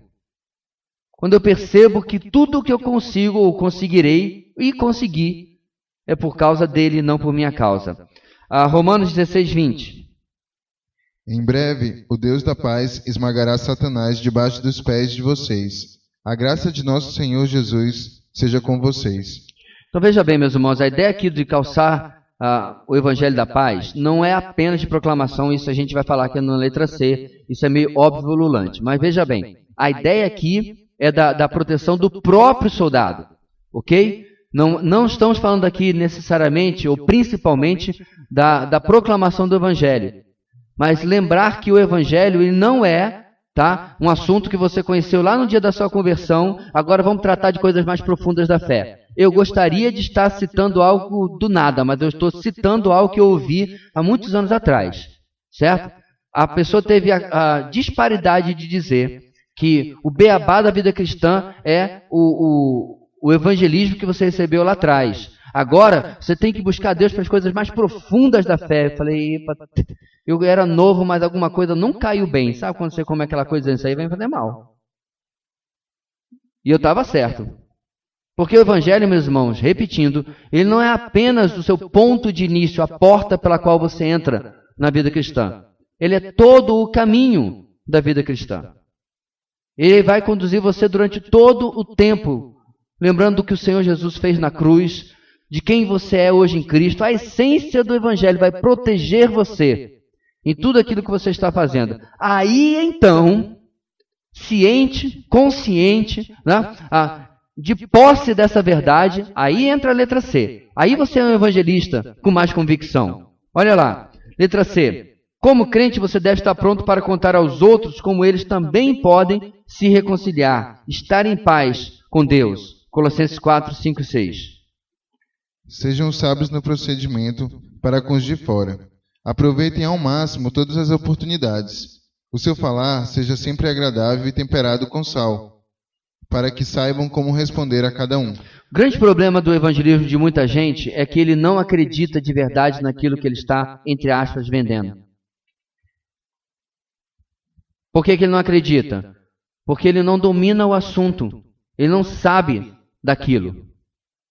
Todos nós já tivemos a experiência de chegar numa loja e pegar ou uma pessoa que é um novato, ou é de outra área, está ali improvisado naquela sessão, e você pergunta para ele ou para ela, como é que funciona isso aqui? E a pessoa só falta na sua frente pegar o manual para tentar lhe explicar uma coisa. Se fosse para ler o manual, você lia, né? Você quer que uma pessoa dê uma resposta rápida, isso se aplica aquilo. Mas ele não domina. Ele não tem segurança naquilo que ele está falando. Muitas vezes, meus irmãos, a nossa falta de evangelismo é que nós queremos uma fórmula mágica, né? Uma fórmula pronta. Tipo, olha, Deus tem um plano maravilhoso na sua vida, Jesus te ama, aceita Jesus, sua vida vai melhorar. Detalhe, todas essas expressões você não encontra na palavra de Deus. Todas elas. Pode procurar, pelo menos não usando como evangelismo. E não num sentido tão, Jesus te ama. Jesus é uma samambaia também, nem por isso vou pregar para ela. Jesus ama todas as criaturas. Esse não é o tipo de amor que nós estamos tratando aqui. Porque mesmo amando as criaturas, parte delas ele vai mandar para o inferno. Então não é isso que a gente tem que tratar no evangelismo. É tratar sobre a situação espiritual da pessoa e a única resposta possível que está no evangelho. Ora, como que eu vou passar isso adiante se isso, mesmo na minha vida, é uma noção que já foi substituída pelo legalismo, pela religiosidade? Foi substituído a pureza do evangelho e a suficiência do evangelho na minha vida, de Cristo, né, e a empolgação que isso deveria me dar, foi substituída por outra coisa. Por exemplo, por ganância, que inclusive é o texto de Atos de hoje. Se houve um brilho do evangelho, foi fugaz, foi rápido. E agora eu estou atendo a minha vida a coisas, entre aspas, mais profundas. O evangelho, meus irmãos, o Lutero falava isso também, né? Todo dia, quando você lavar o seu rosto, lembra do seu batismo, da sua conversão. Boa prática, né? Todo dia. Não só lavando o rosto, você acorda, vai tomar um bom banho. Você lembrar do dia da sua conversão. Uma prática diária de renovar o compromisso que você começou com o Senhor. Bem, vamos agora, irmãos, para a nossa quarta parte da armadura de Deus. Usem o escudo da fé, com o qual vocês poderão apagar todas as setas inflamadas do maligno. Seu versículo 16. Bem, todos nós já vimos a utilidade que um escudo tinha, especialmente na antiguidade, quando se lançavam flechas, né, lanças, e você tinha que se proteger, certo? No filme 300, o exército...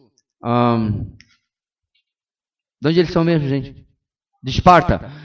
Os espartanos, eles fazem uma couraça enorme, unindo os escudos um ao lado do outro, certo? Então, não havia como atravessar. Então, ele chegava muito perto do inimigo, que não conseguia colocar nada ali dentro, e aí eles partiam para cima, certo?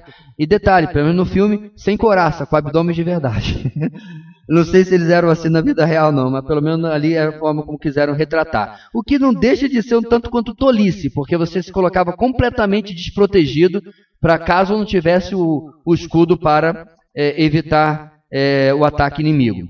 E aí, meus irmãos, assim como o soldado romano confiava na suficiência do seu grande escudo, mesmo recebendo sobre si uma chuva de setas, né? A ideia aqui são flechas inflamadas, você deve confiar no cuidado protetor de Deus em Cristo Jesus e na palavra como suficiente para enfrentar qualquer situação. Antes de nós continuarmos, irmãos, vamos ver um exemplo do que não é viver pela fé. Vários anos atrás, eu e minha esposa tivemos o desprazer de ouvir alguém falar que nós precisávamos viver pela fé. O que é viver pela fé na cabeça dessa pessoa, né? É se contentar de uma maneira resignada, né, aquilo que no caso estava sendo oferecido como sustento, certo? Porque nós tínhamos que viver pela fé. Qual o problema nessa narrativa desse irmão? Para a cabeça dele, só pastor tem que viver pela fé.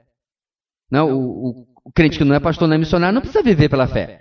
Certo? Ele tem que ficar constantemente inconformado e tentando sempre melhorar o seu ganho de vida, porque ele, afinal de contas, ele não é pastor, né? Não é missionário, então não tem que viver pela fé.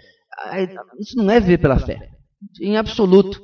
A ideia de viver pela fé, meus irmãos, não é desprovido de lógica, não é desprovido de razão. Toda a nossa fé tem lógica e tem razão baseadas aonde? Na palavra, naquilo que Deus fala. É claro que aí entra, na questão do sustento, todas as promessas de Deus de nos guardar, né? O contentamento tão bem expresso em Filipenses capítulo 4, mas a ideia dessa criatura de que se aplicava a uma parte do corpo de Cristo menor e a maior parte do corpo de Cristo não funciona assim.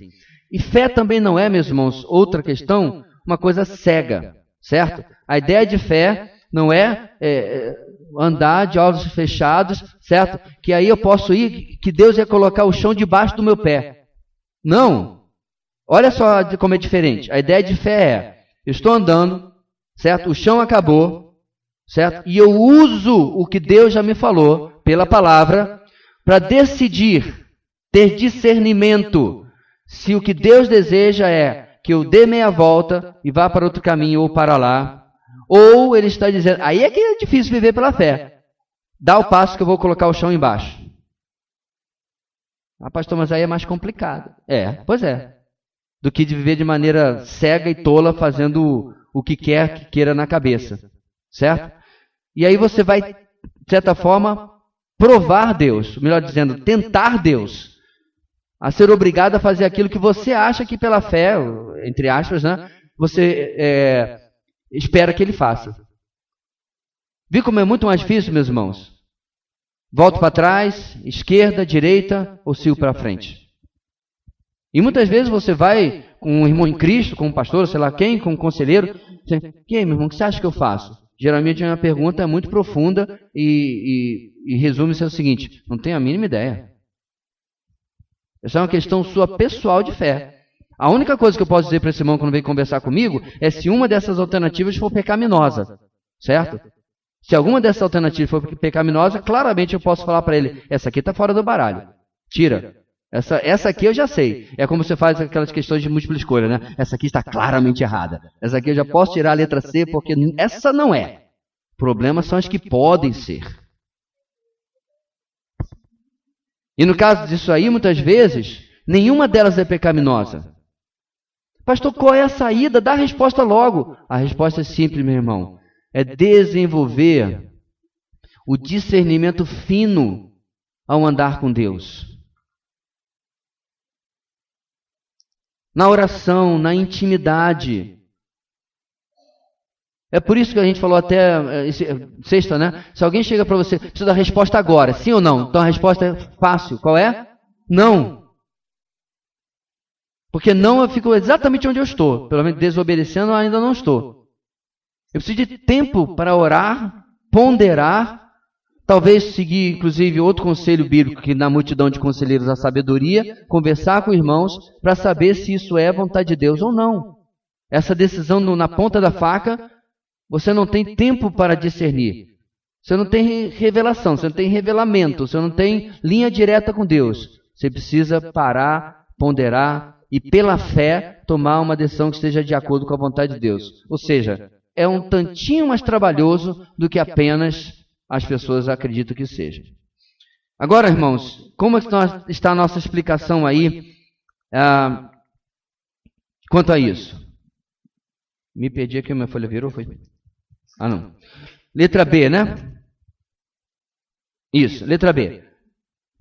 Lembre-se de que pela sua força você não será capaz de vencer nenhuma batalha espiritual contra Satanás. Você deve depositar a sua confiança inteiramente no Senhor e depender dele. Então você pega a Bíblia e diz, eis a verdade, eu creio, eu confio nesta verdade.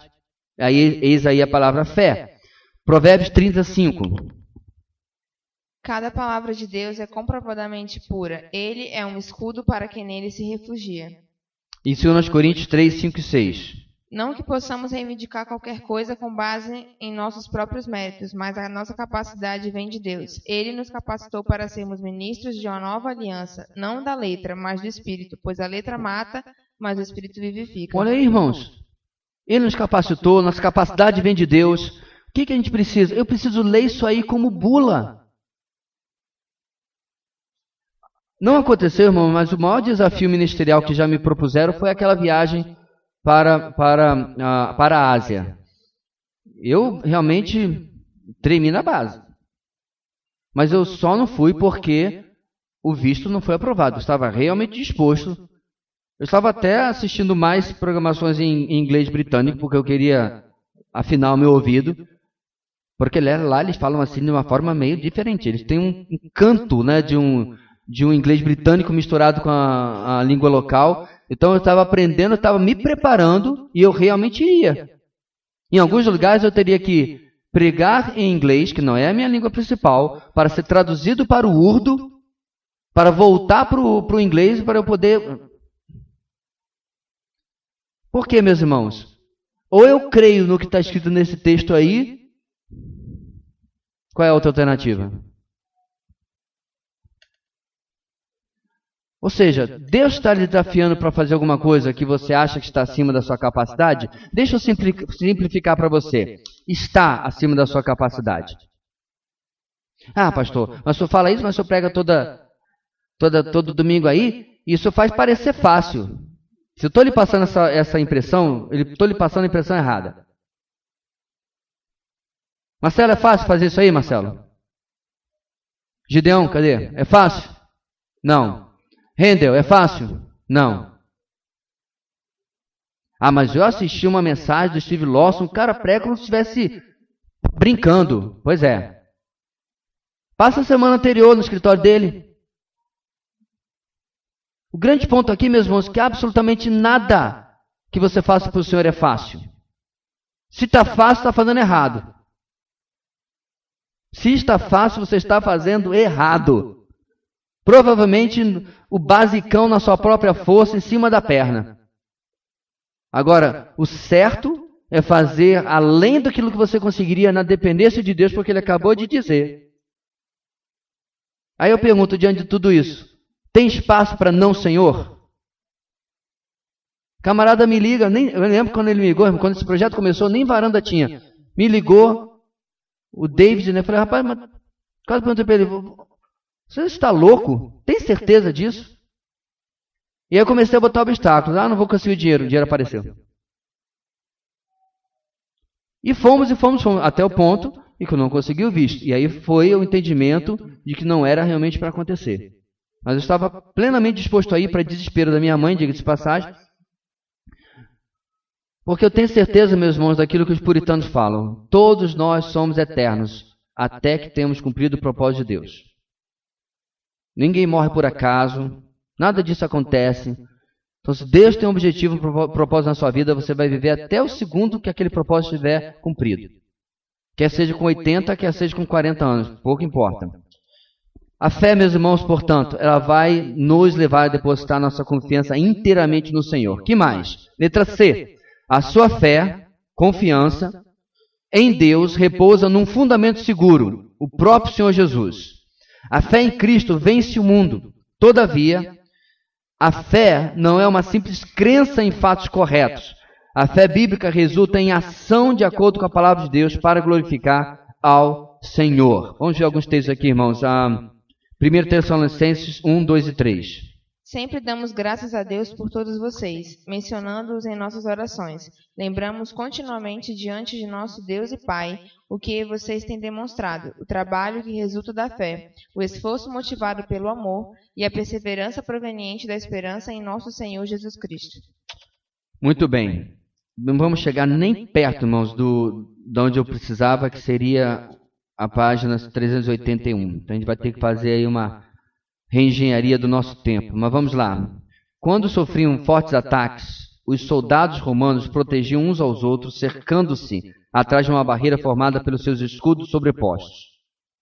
Como os ataques de Satanás ao corpo de Cristo nunca cessam, é óbvio que os cristãos devem se unir uns aos outros em sua fé no Senhor Jesus Cristo e na obediência fiel e amorosa à palavra de Deus. Lembra exatamente a estratégia que eu mencionei agora há pouco? Então todos erguiam os escudos acima, ao lado, né, quem estava ao lado, à frente e atrás. Não entrava nada ali, certo? No filme Ressurreição, quem assistiu, a mesma estratégia usada pelos soldados romanos. E aí, os judeus com quem eles estavam brigando, inclusive liderados por Barrabás, jogam uma enorme pedra. Foi o máximo que eles conseguiriam rapidamente afundar aquela defesa, mas logo eles colocaram, já se levantaram novamente. Vamos lá, irmãos, Provérbios 24, 6.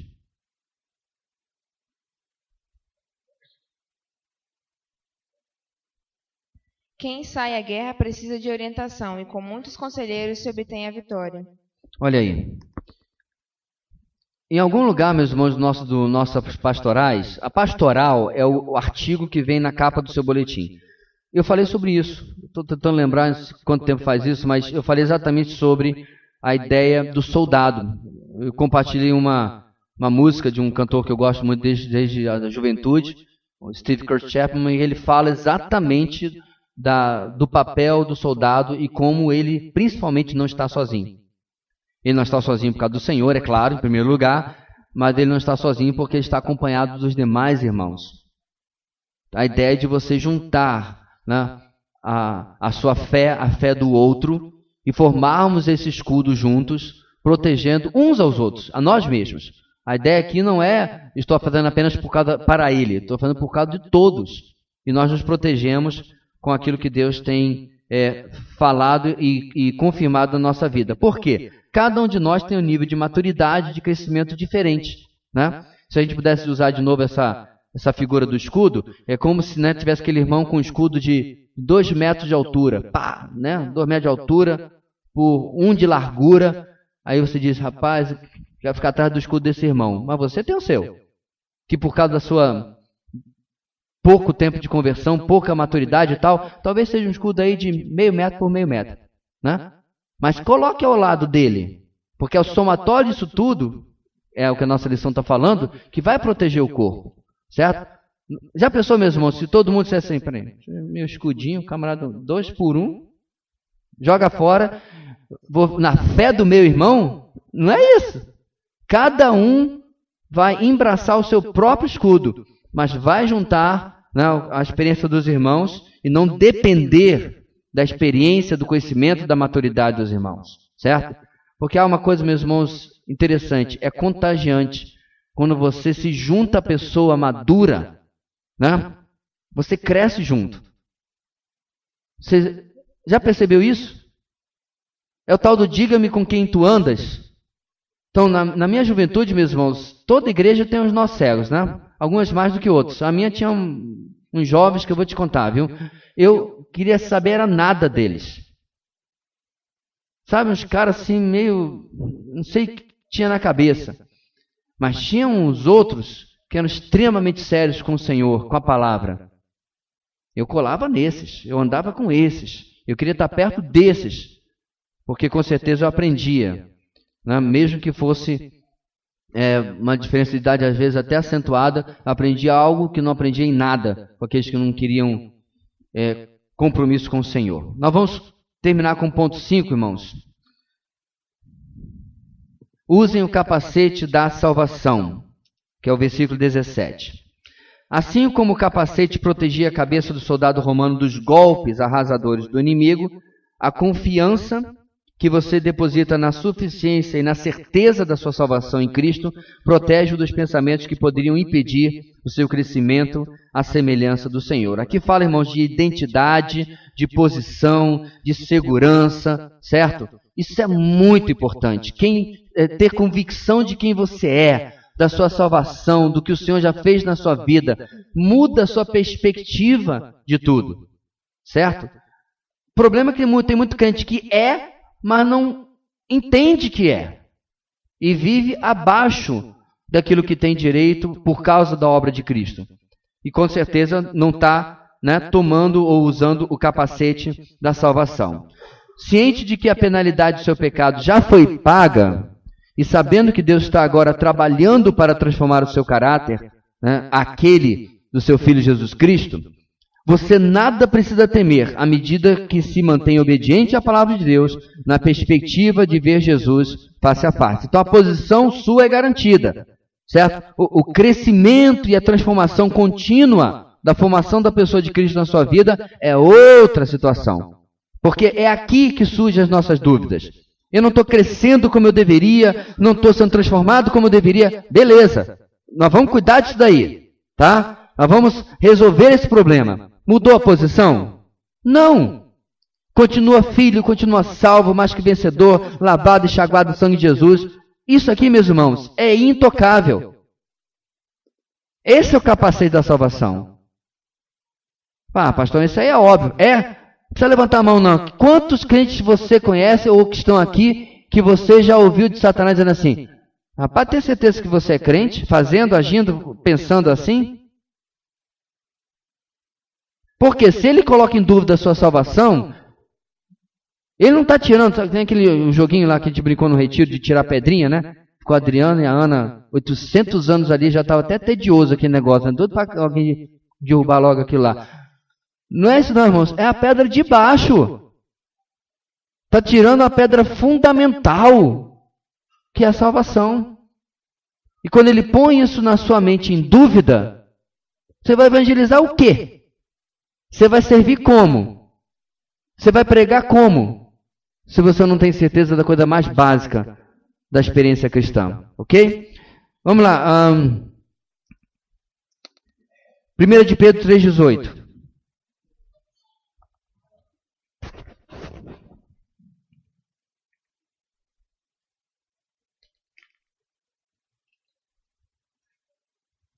Pois também Cristo sofreu pelos pecados uma vez por todas, o justo pelos injustos, para conduzir-nos a Deus. Ele foi morto no corpo, mas vivificado pelo Espírito. Muito bem, essa primeira parte, nossos pecados foram pagos. Filipenses 1,6. Estou convencido de que aquele que começou a boa obra em vocês vai completá-la até o dia de Cristo Jesus. A obra já foi começada, ela só está continuando, mas ela é uma realidade na nossa vida. E, finalmente, 1 de Pedro 1,13. Portanto, estejam com a mente preparada, prontos para agir. Estejam alertas e ponham toda a esperança na graça que será dada a vocês quando Jesus Cristo for revelado. O que nós estamos vendo aqui, meus irmãos, nesse conjunto desses versículos? Começo, meio e fim já está predestinado. Certo? Esse é o melhor uso da palavra predestinação. O script já está pronto, já está tudo determinado, certo? O dia de você encontrar o Senhor foi predestinado, sua caminhada com o Senhor e o seu destino já está predestinado. Deixa eu colocar de outra maneira aqui. Se você sai de carro daqui para Manaus, você tem absoluta certeza que você vai chegar? Sim ou não? Claro que não. A maior parte das vezes a gente chega, mas pode ser que antes de Mucajaí o carro dê prego, né, fundiu o motor, cancela a viagem, traz o reboque. E eu nem falei da outra alternativa, né? De você descer a ribanceira e acabou, né?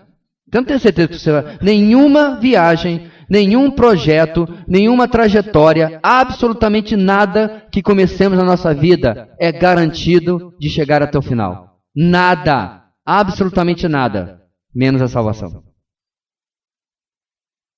Este é o único projeto, viagem, percurso, empreendimento que eu tenho absoluta certeza que eu vou concluir. Eu posso não concluir um monte de coisa da minha vida.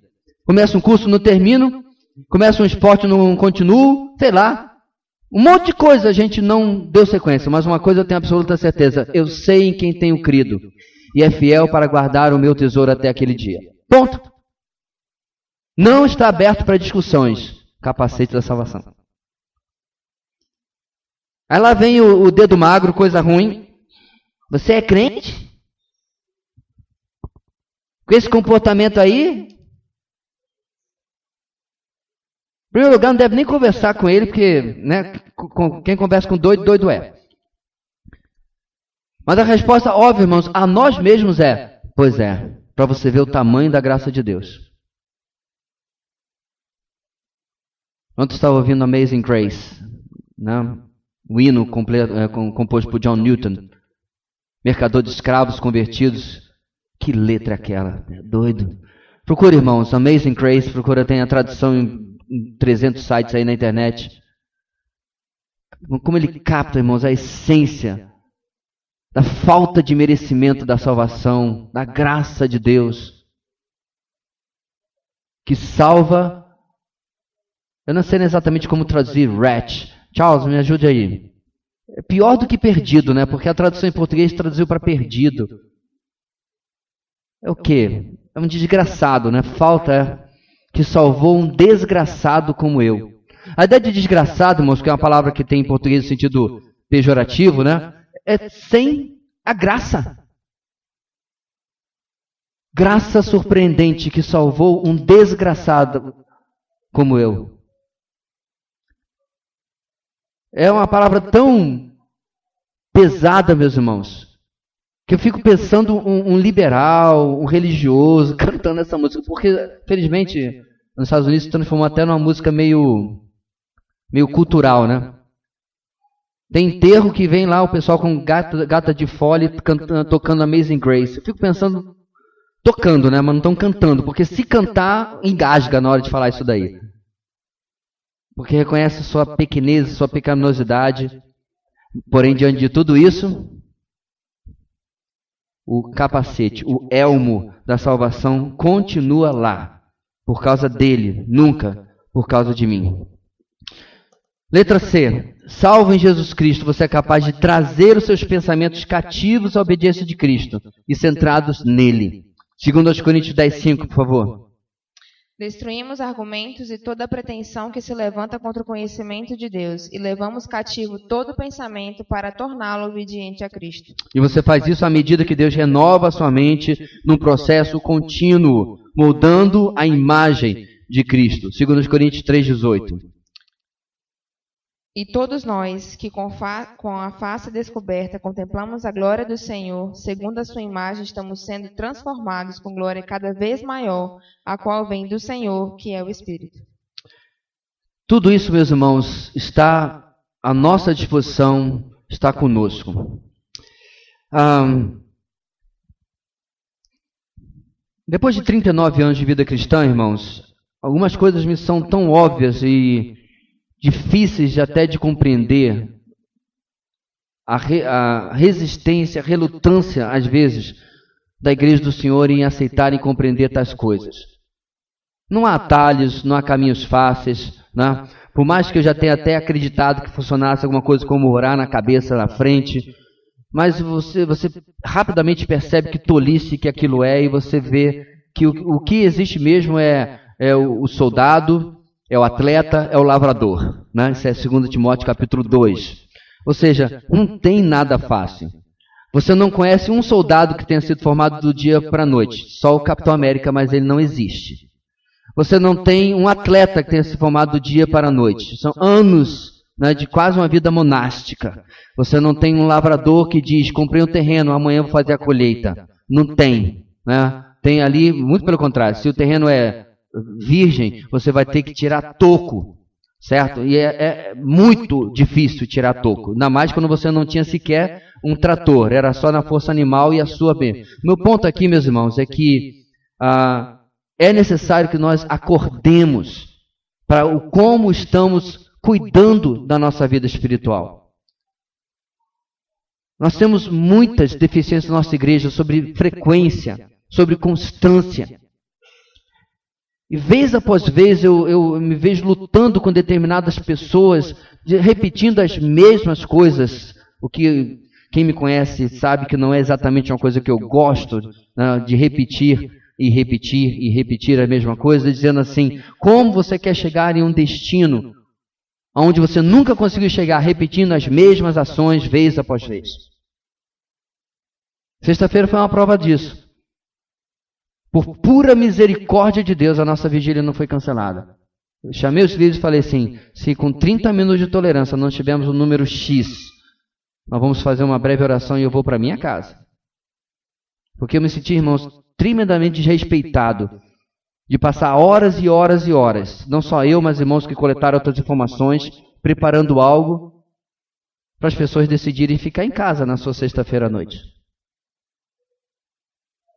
E estou aqui incluindo uma nota pessoal, com a qual eu tive que lutar, e estou lutando desde sexta-feira. Pois não é que 8,5 exatamente o número que eu tinha falado para o Bruno e para o Rendel se completou? Exatamente um número. Para Deus dizendo assim, olha, vou fazer para não cancelar. Mas eu te entendo. E foi o que eu vi de Deus.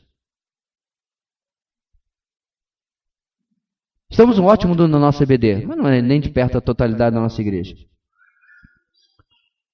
No ano passado, o meu ponto aqui, meus irmãos, é que isso não sai, não brota do chão. Você não compra em nenhum lugar. Meu filho estava um tempo atrás lutando de airsoft, né? Aquela arma que parece uma coisa muito enorme, atira uma bolinha desse tamanho.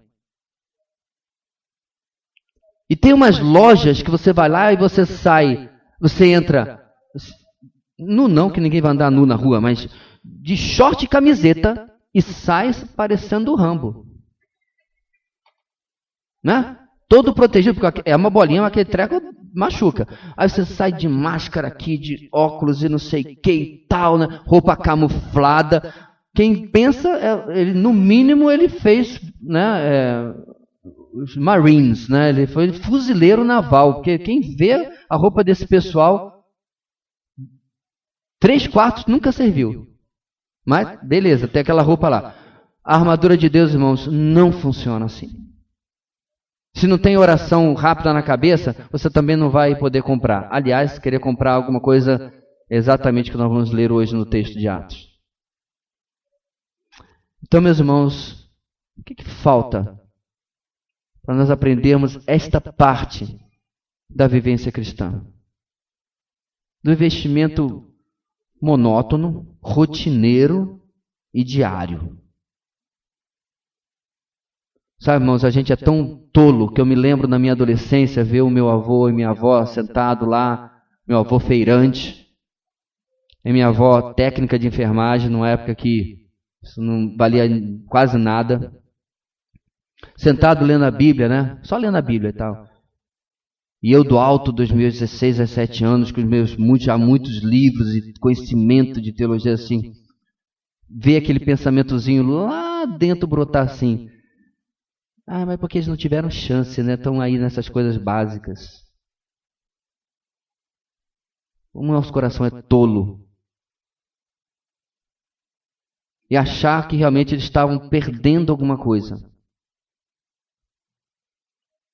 Aí você vê uma pessoa chegar aos 94 anos e ser promovida à presença do Senhor e ser fiel a Ele por mais de 80. E você, quem é você na fila do pão? Não plantou ainda nem o trigo para poder falar de alguma coisa, com 16, 17 anos está achando. De certa forma, irmãos, é isso que nós fazemos quando nós desprezamos os meios de graça que Deus tem nos dado. A oração, a leitura bíblica, a boa pregação, bons livros, o estudo. Por quê? Porque eu estou cansado.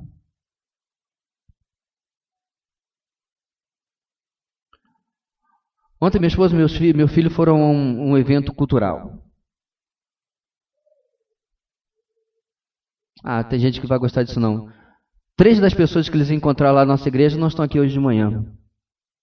Então são coisas, meus irmãos, que se repetem na nossa vida.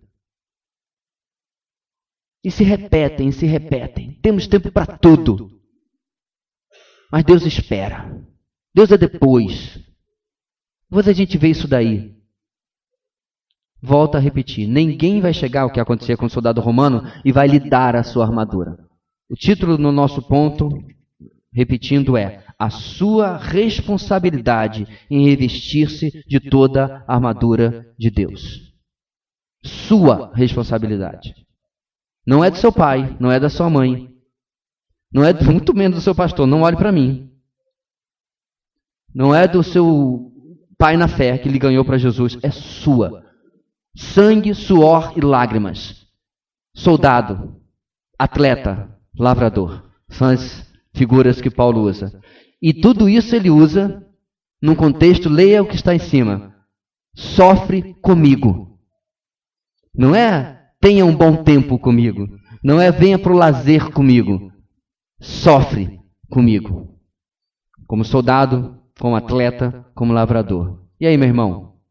Essa é a sua perspectiva de vida espiritual? Quanto tempo você duraria se lhe transferisse automaticamente para ser membro da primeira igreja batista de Pequim, ou da primeira igreja batista de Pyongyang, sei lá como é que é o nome da capital lá da Coreia do Norte, como você se veria? Porque é um bom padrão, meus irmãos, aqueles que pagam tanto para servir ao Senhor, é um bom padrão de nossa comparação. O que eu tenho feito? Como nós vimos, irmãos, não há nada de novo na armadura de Deus. Tudo isso a gente já falou de uma maneira ou de outra, sem mencionar a armadura em N estudos, mensagens, músicas. São as mesmas velhas verdades que nós insistimos em esquecer. Deus querido, Tu tenhas misericórdia, Senhor, das nossas vidas. Tenhas misericórdia, ó Deus, da nossa autoindulgência, em que nos desculpamos e criamos argumentos para tudo.